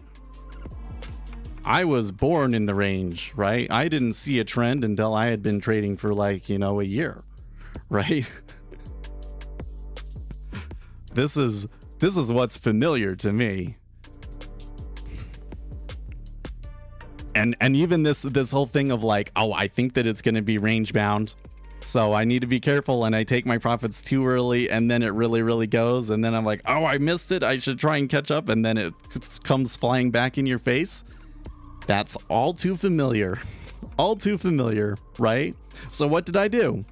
I took the easy profit and went hands off, and you know what? I made money. Maybe that's the way to do it. I don't know. Maybe that's the way to do it. 9 tick rate. Yes, I can remember days. I can remember there was 1 week in 2017 where it like literally traded in an 8 tick range like the whole week almost. That was a freaking nightmare. Like early on, it was like I would continually be trying to take all of these trades and I'd just get diced up, right?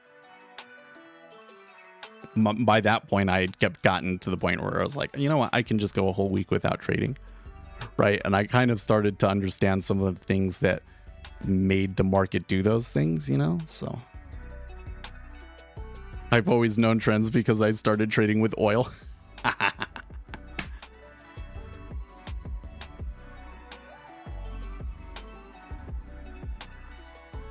Oh, oil. You know, oil hasn't been so interesting lately. Like for a while it was like, oh, you know, are they going to get below Joe Biden's buying price or any of this stuff? But like now it's, I mean, let's come back over here.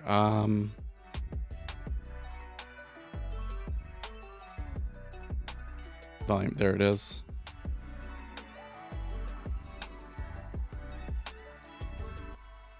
Yeah, like as far back as I can see, going back to December, it's just been chopping around in a range between 70 and 80.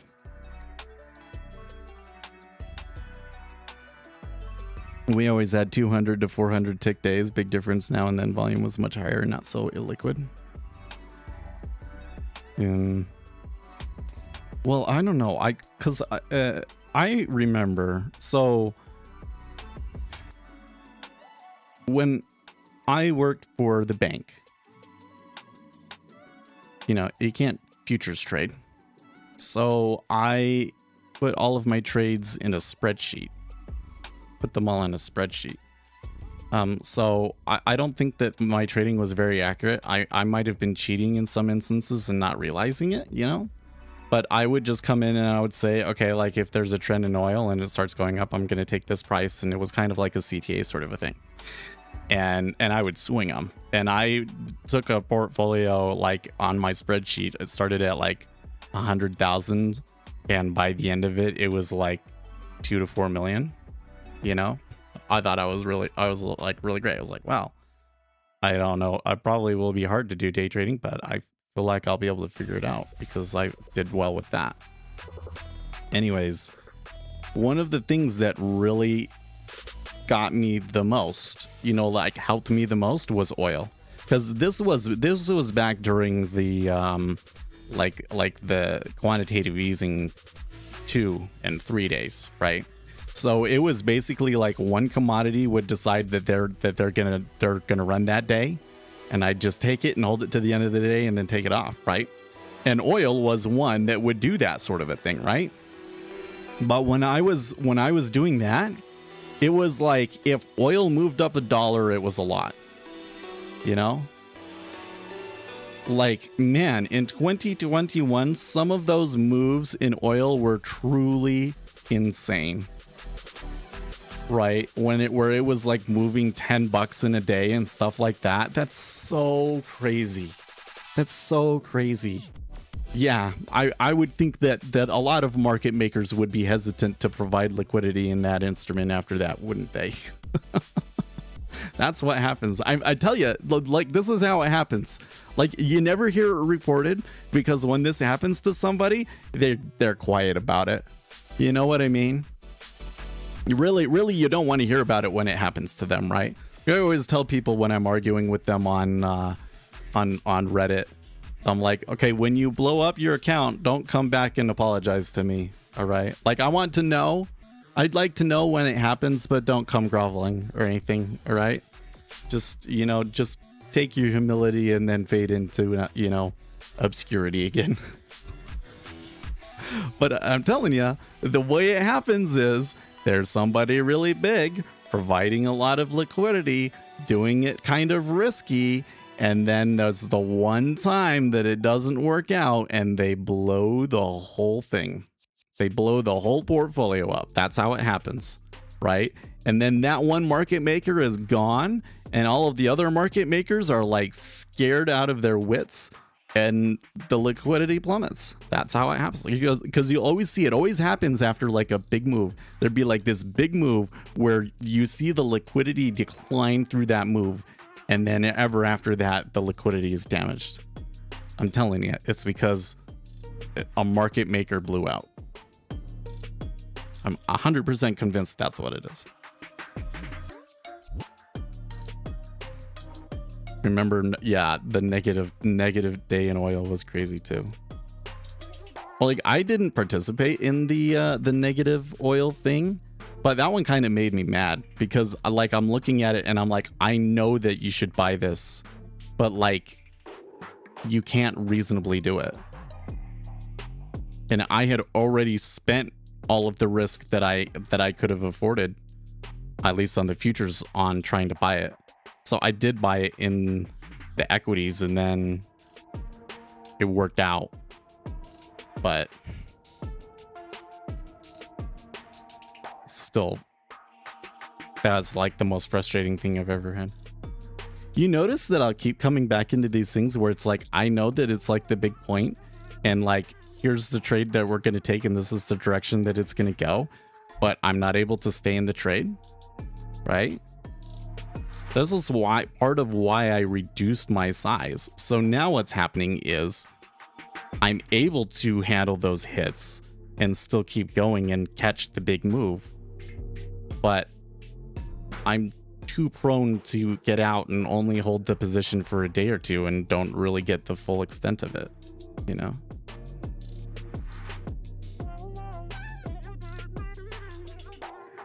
And even big moves back then had heavy volume. Well, I don't know, what is the volume like in oil these days? Because I remember it used to be as much, if not more, than ES. Who are the primary market makers, or are there thousands of them? I don't really know. So I think you can go on somewhere buried deep on the CME website. There's some documents about like registered market makers or something like that. My understanding is that in the treasury market, there's like 5 or 6 firms that are providing the majority of the liquidity. One of them is, yeah, they have a market maker directory. Yeah. One of them is there is the CME doesn't have its own group. I forget the name of it, but basically they have their own group that's there to do market making.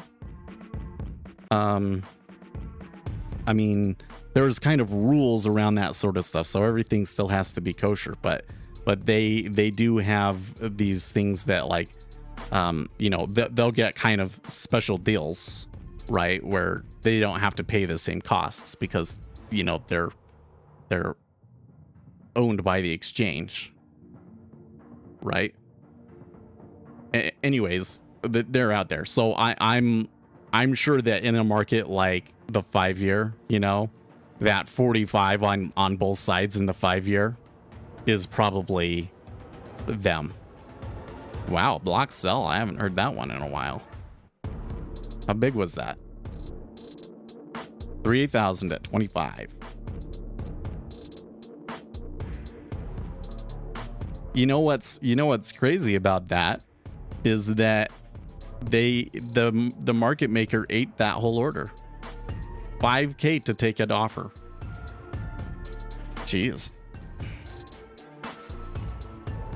We break December low, then we're heading to November low. Big, you're talking about over here on, like, if I come back to the charts and I go to the ZN volume profile and I really zoom out, and oh no, we're below the December low.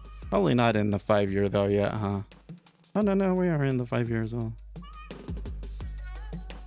So now I have to come back to this daily. Yeah, this daily chart.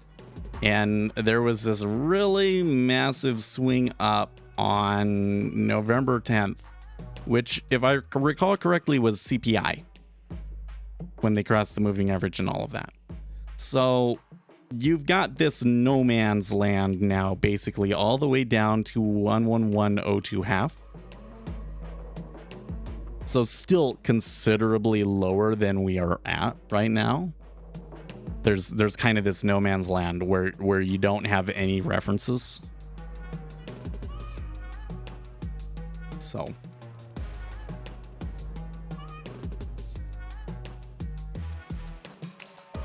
I think you're right. I think we have a high probability of beating last year's lows this year.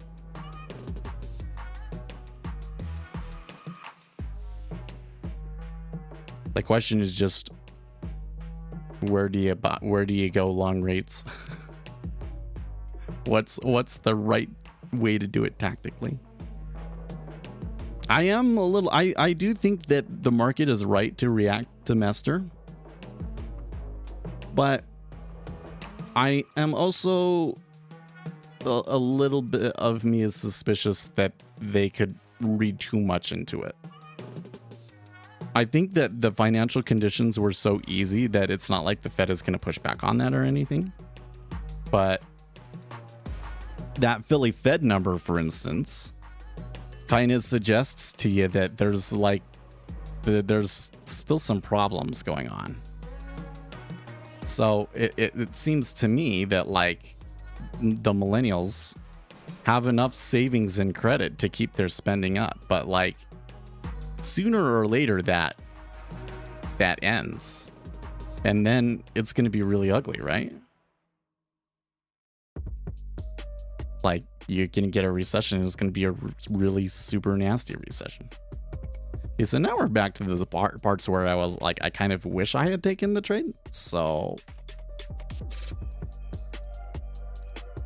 this is kind of where, like, when I'm gaming all of that out, I'm just saying I wouldn't be surprised to see, well, 27 was where we were market making from, right? So 27, and yeah, it wouldn't even be crazy to see 112 even as a pullback. Somebody's selling a ton on offer at 25 half. Well, there's been big icebergs all over in here, right? Really, we should, now that we've had an iceberg like that, is kind of like a good time to reset the volumes in there and see how far they're able to move away from it. Because what you should see is them start to rotate around 25 half. Well, I mean, they have been rotating around 25 half for about 10-15 minutes already.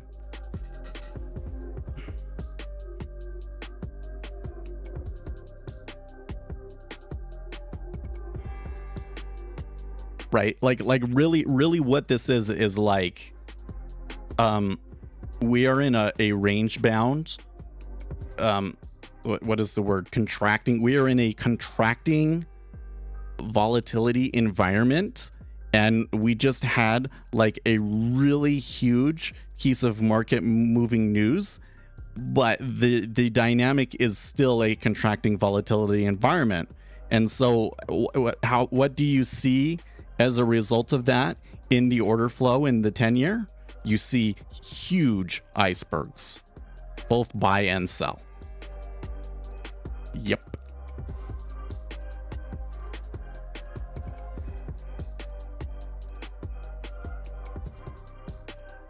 Seems something has now changed and the DOM has become easy to read and actionable. I don't know about that. So when Mester was happening, the reads were easier than we thought, right? But I don't think yesterday was easy, for instance, right? Yesterday was incredibly frustrating for me, and to be honest, the amount of pullback that we've gotten here and everything, that's a little frustrating. And with all of those icebergs and everything, it beats me now what they're going to do from here. Are they going to try and go for new lows? I would think that overall on the day they were probably close to this 21. But it's hard for me to see that happening when you get in such huge icebergs here. It's the icebergs is likely to just keep it pinned to 25 half. And I'm sure that what you're probably seeing on the other side is the options market makers all selling volatility, right?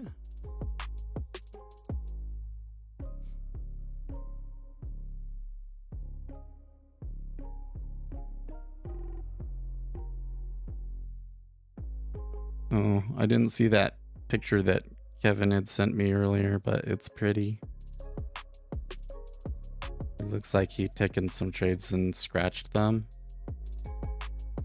but it's pretty. See, look at this. You know what this one is the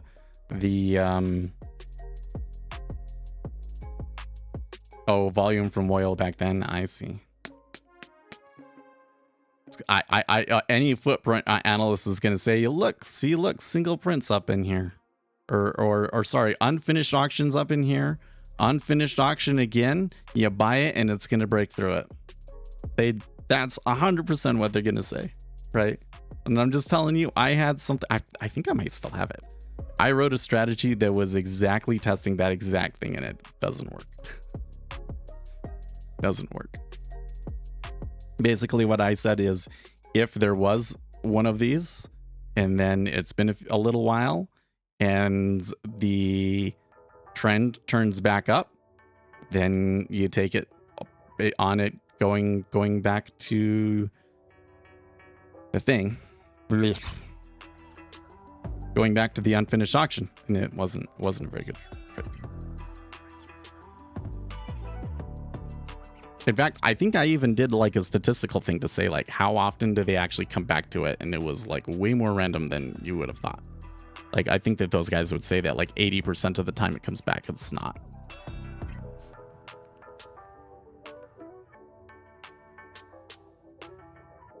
Yeah, you're talking about the iceberg there.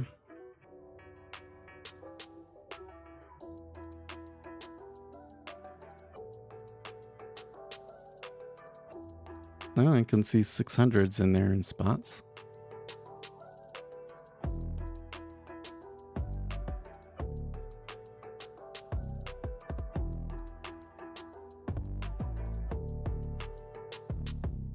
Jumping on the meta order was easy after this. Yeah. Oh, you're totally right. After the second leg, it always becomes hard. Yeah. Well, it's really like even after the first leg, because the whole thing is if you're executing a meta order, so I think that we kind of have to think about this one a little bit differently. But if you're executing a meta order, you're going to use Almgren and Chris to determine like your timing schedule for it.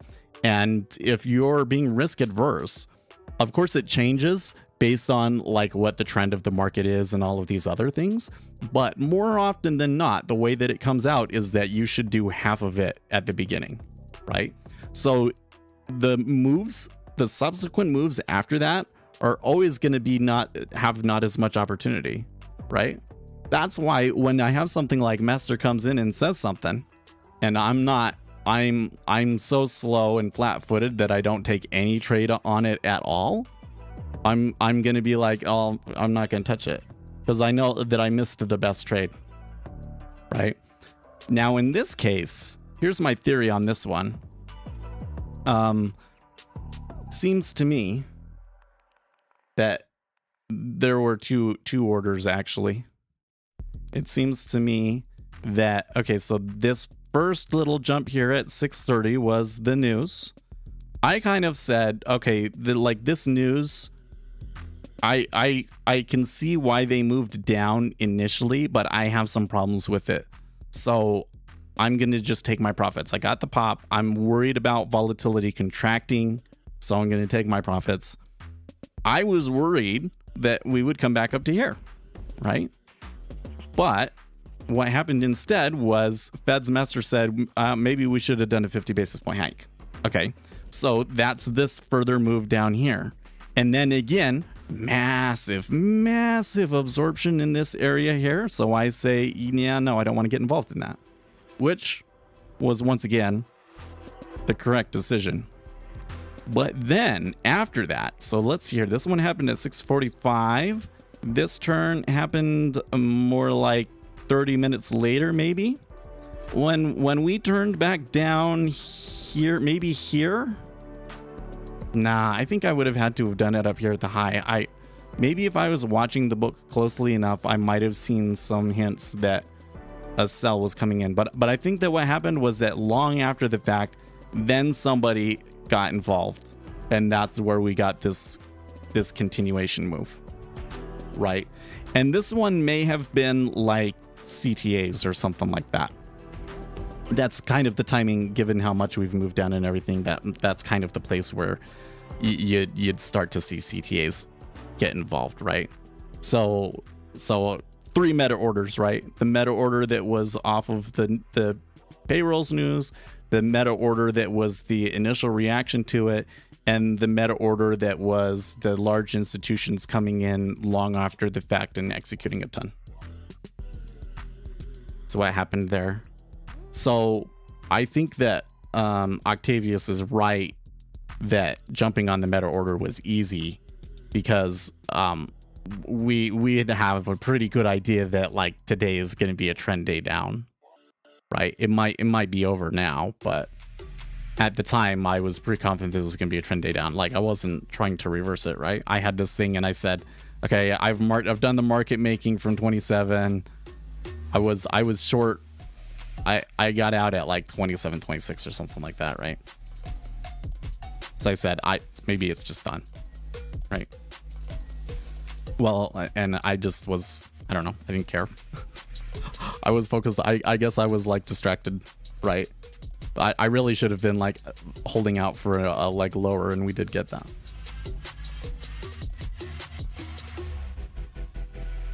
There only one meta order moving everything, no competing meta orders.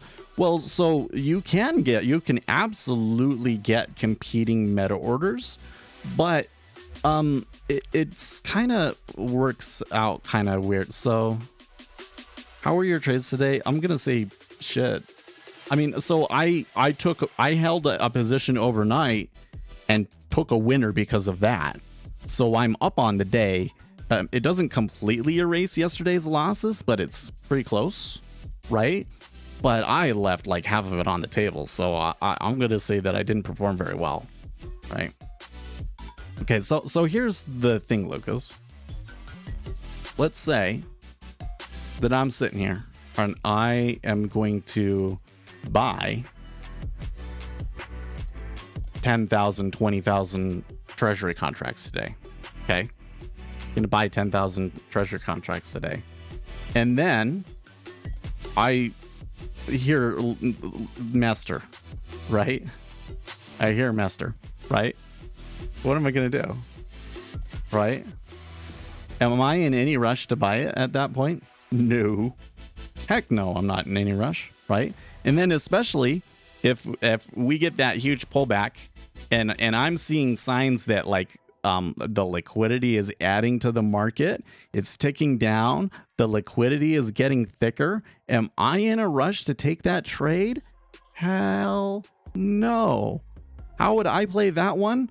I would be one of those guys with the limit orders down in here, and there was more than enough volume to execute, and I could have bought at the lows of the day, right? So what happens? The large meta orders kind of avoid each other because of that. It can happen. It can happen where they just clash into each other, and that's where you're going to see those situations like maybe what's happening here at 26, where you get a bunch of icebergs, you have tons of volume, but it doesn't move. It gets stuck, and then the liquidity providers get exhausted, and it just sits there in that range, right? Okay, now it's in the range. Now you can try and execute as much as you can within that range, right? Unless you are a speculator and you're trying to do a risky trade. So if you're a speculator and you're trying to do a risky trade, like you say, Mester is full of crap, they're not going to raise rates. That would be the wrong way of approaching it. That would be like the wrong trade, but let's just say that that's what you were a hedge fund and that's what you believed, right? As soon as you start to see that liquidity hole form, you want to hit it and push it back the other way, right? So that's where you're going to see the move where it bounces very quickly, and not only do they like retrace the initial move, but they go further, because what's going to happen is that guy that's buying, his order is going to have more impact because of the damage that was done to the book on the way down, right? So you can take advantage of that to move the market further if you are a speculator and you're trying to like, kind of coax the price into a direction so that more people jump on it for you, right? Then you'll see that sort of a thing. So yeah, you can have competing meta orders. That's probably not what's going on here in this instance. I'm not entirely sure what to make of the absorption other than the contracting volatility. Seems like the market makers have a reason to start taking on more contracts. Like, think about it. Think about if you were the options market maker. So remember, I started making the market from like here, from 27 to 112, right? And then held it to go down, right? So then if it goes down and I start making the market up to here and then it comes back to 27, right? Like the market makers, even though it moved really far, market makers probably did pretty good today, right? And this is probably why you get the absorption.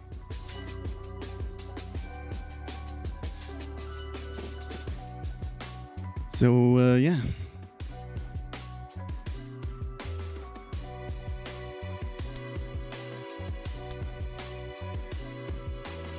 Let's see here. Zero Hedge says, as a reminder, Mester's opinion matters, since if Austin Goolsby is appointed as vice chair, replacing Lael Brainerd, who is leaving to work at the White House, then Mester will become a temporary voter until Goolsby's replacement is chosen. This means the Fed voters lose an Uber Dove and get an Uber Hawk in the short term. Jeez. Well, that's interesting.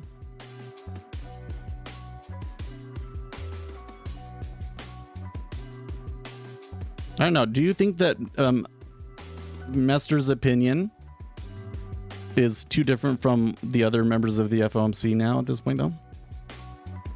I don't know. There might be a divergence right now, but I'm going to bet you that by the time the next meeting comes together, they're going to be pretty unified on what they think we should do.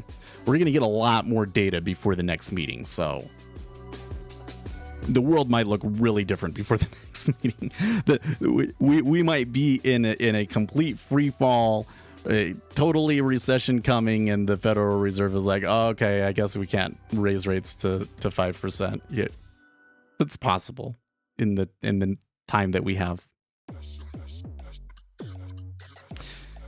Okay, so let's come over here. What did you guys think about what the Fed should have done in the February meeting? You were split 50-50. 50% of you think that they should have done the 25 basis points that they did, and 50% of you said that it should have been 50 basis points.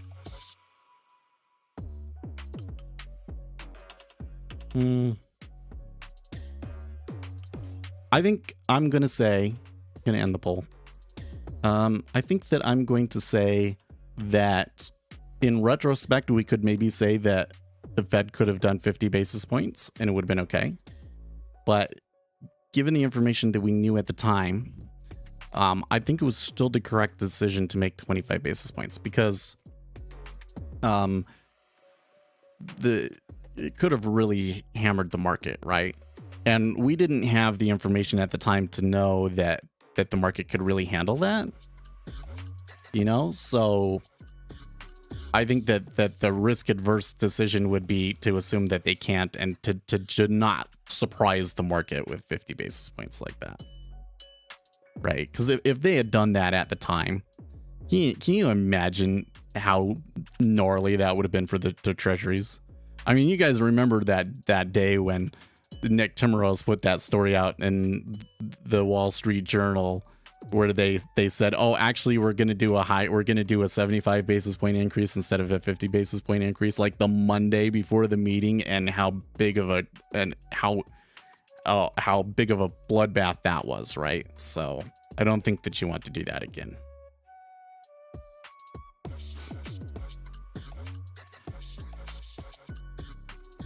I'm afraid I'm going to get sick. I feel like I've had a couple of points where I'm like, I'm done speaking and I just kind of sit here and contemplate life. And, like, I didn't sleep well last night, and I might have that going. But you know what? I'm just looking at my camera here, and I think, no, that's not right.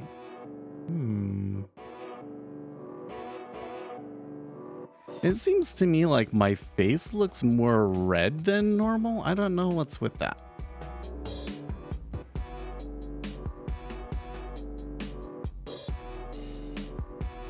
Seems like something's screwed up with the color of the camera.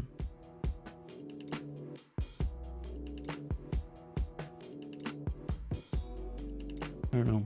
At 1080p, it looks good. It's too bad that it doesn't look that good when you zoom in on my face. I think that if we make videos, that we should just make videos from this.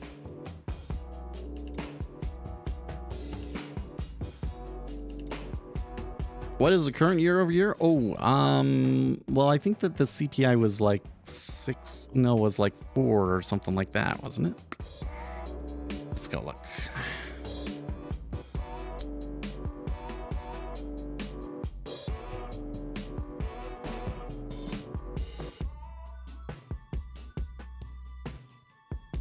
Yeah, the year over year was 6.4.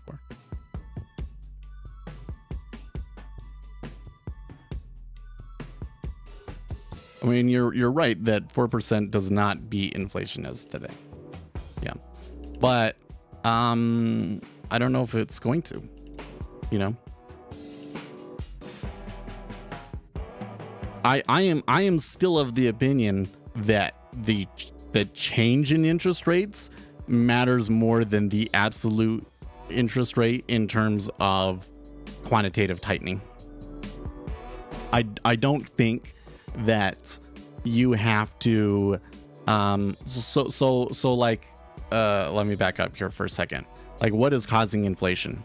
Is inflation being caused by people putting too much money into the stock market compared to bonds? And if we have them take that money out of the stock market and put it into bonds, that will make inflation go away? Because we've been tight for a while now.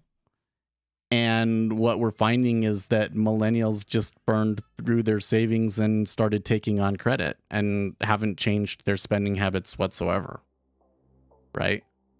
So I don't think that making the interest rate to the point where maybe it makes sense for them to put their money into bonds really solves the problem, right?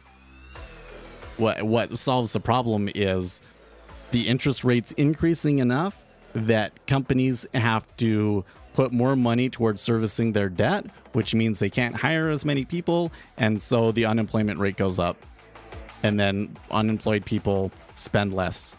That's what you have to do to make it happen, right? So I don't think that an interest rate needs to be a certain level for that to happen. I think that the amount that the interest rate has changed is probably a more important. But that's all a theory, and we're having a hard time proving that. So I figured out my YouTube image quality from yesterday. I accidentally hit like 144p. Yeah, that's funny. Yeah, can you really put it as low as 144? That's funny. Well, you know, if you're not like actively looking at it, it would make sense to put it that low. I think that most of you guys just listen. You have it on another screen and you listen and you're typing, and you know.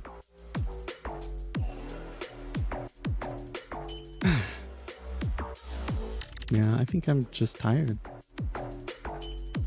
So another thing that I have to consider is it sure feels to me like when I make my biggest mistakes that I'm tired or I'm stressed out and things like that. So I think that today, maybe on another day, I would have had more follow through. I would have been more stubborn, and I would have been like, I really, really want to hold this. But I feel like that after everything else that's happened this week and everything, that I was kind of a little bit exhausted, you know? And maybe that's why I did it. Because I don't know if you can tell. I'll pause and I'll just be like, ooh. And I'm not going to fall asleep, but I would like to just kind of sit here peacefully now. You have a lot of courage to get on here live trade. I don't know if it's courage. It's like stupidity, right? I think that I'm ADHD, and that being ADHD after 37 years, you just become incredibly comfortable being your genuine self. And if people don't like what your genuine self is, I mean, so this is a problem that maybe other ADHD people might have that I don't have, right? Because if people don't like my genuine self, I can just say like, okay, fine, go away. Shoo. You know, I got everything that I need, right? You know, if my wife started to really, really hate my genuine self, then that would be a problem, right? But as long as she's okay with it, like I'm cool, right?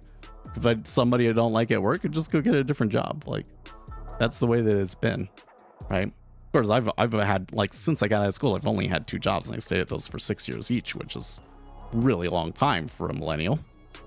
But what you gonna do, right? I get a lot of recruiter calls. Maybe I should take those more seriously. I think I will take those more seriously because market's going into a weird place and the raises don't seem to be matching the inflation. So I think that I'm probably going to need to start hopping around to match inflation to kind of accomplish some of my goals, which scares me because I'm totally okay with like switching things around like that, except for that I don't want it to affect the stream, you know? So if I go to work for a bank, then I wouldn't be able to do the stream at all. But then like, what if I go to a place where they want to start work at 8 or something like that, you know? Yeah, the headline CPI 3-month annualized is 3.2. Right. So, I mean, the point here is on the interest rate thing in terms of like the absolute rate and everything is like you'd say, well, the interest rate needs to be higher than what inflation was. Otherwise, why buy the bonds? Because you're losing money. To which I would say, like, look, you already made the money. Like, or I mean, you already lost the money. Like, if you held treasuries through this, you lost it. And that's just, right, that's opportunity cost right there. You played it wrong or whatever, and it's gone. But it doesn't affect what's going forward, right? And what's going forward, it looks like, at least with the current numbers that we're getting, that you would make money from holding them. So, and of course, you got to realize it's just 1 year out of, you know, if you're doing 5, 10, 30 years, right? So it's not the end of the world. Otherwise, you know, nobody would buy treasuries, but clearly somebody's buying them. There was a lot of absorption against that huge move. Really gives me pause, that absorption. It could have been profit taking, but I don't know. It's a little, I haven't seen that in a long time. I haven't seen that in a really long time. That's the most, that's maybe the most iceberging I've seen since COVID. It was really interesting. Interesting. Anyways, so yeah. I say what I say about like being your genuine self and everything, because I think that a lot of people think, oh, well, if you're doing this, there must be something really special about you, you know, like you're really good at it and you're just a really confident person and you feel really good about all the trades that you're making. And then you go and you trade and you get in a trade and you're terrified, right? Or you constantly feel like you're doing terrible, right? And if you really listen to me analyze myself, you know, I'm constantly disappointed in how it's going. Like it's going well and I'm like really proud of it, but it's not what I wanted it to be. It's not where I think it should be, you know?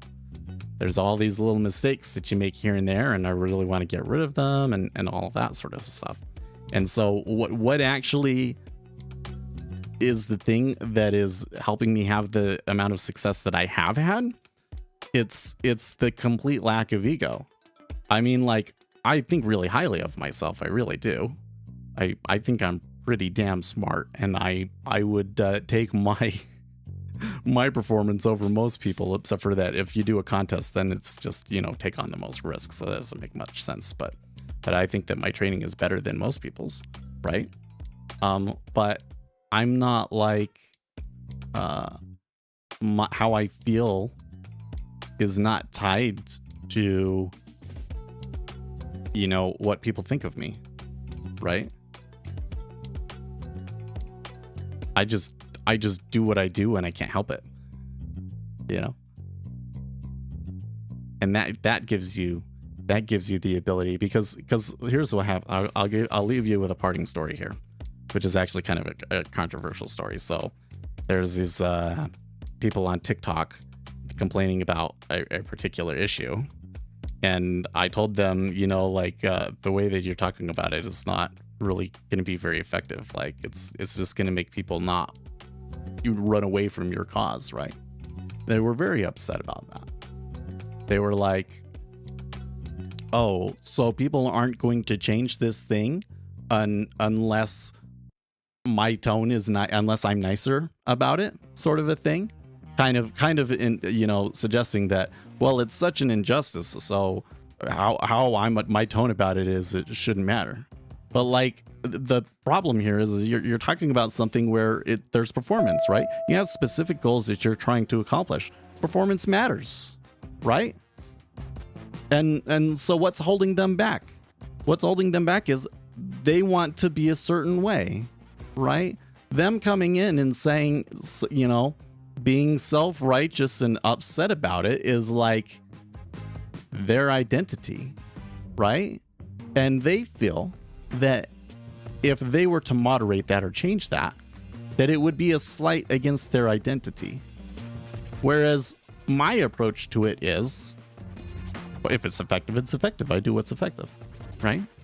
And that's how I'm able to jump out of some of these things, like being very deep into technical analysis. Most people just continue to cling to it and continue to lose and lose and lose, and Seth doesn't. Seth keeps digging deeper and deeper and deeper and figures it out and understands why those things don't actually work, right? I'm able to do that because I don't care what me changing my mind says about me, or what other people think about it, or what taking a loss on here people say about it. Like, people have been like really trashing Matt, you know? Well, it really sucks that he's gaining that reputation now, although I think he probably deserves it. If I had that reputation, wouldn't bother me one bit. Wouldn't care one bit they're saying about that. Other than that, you know, maybe my channel's not as successful and I'm not helping as many people because of it, right? But what is it that I care about? I care about the goal, not about how I'm perceived, right? And if you do the same in your trading, I think you can be a lot more successful, because it's that narcissism that really kills people in this game. All right, I have pontificated enough. I am going to head out now. Good luck. Tomorrow will be really interesting with the volatility. Next week, maybe we might have better opportunities, but it's going to be probably going to be a little bit difficult next week too. So I will see you guys tomorrow. Stay excellent, team.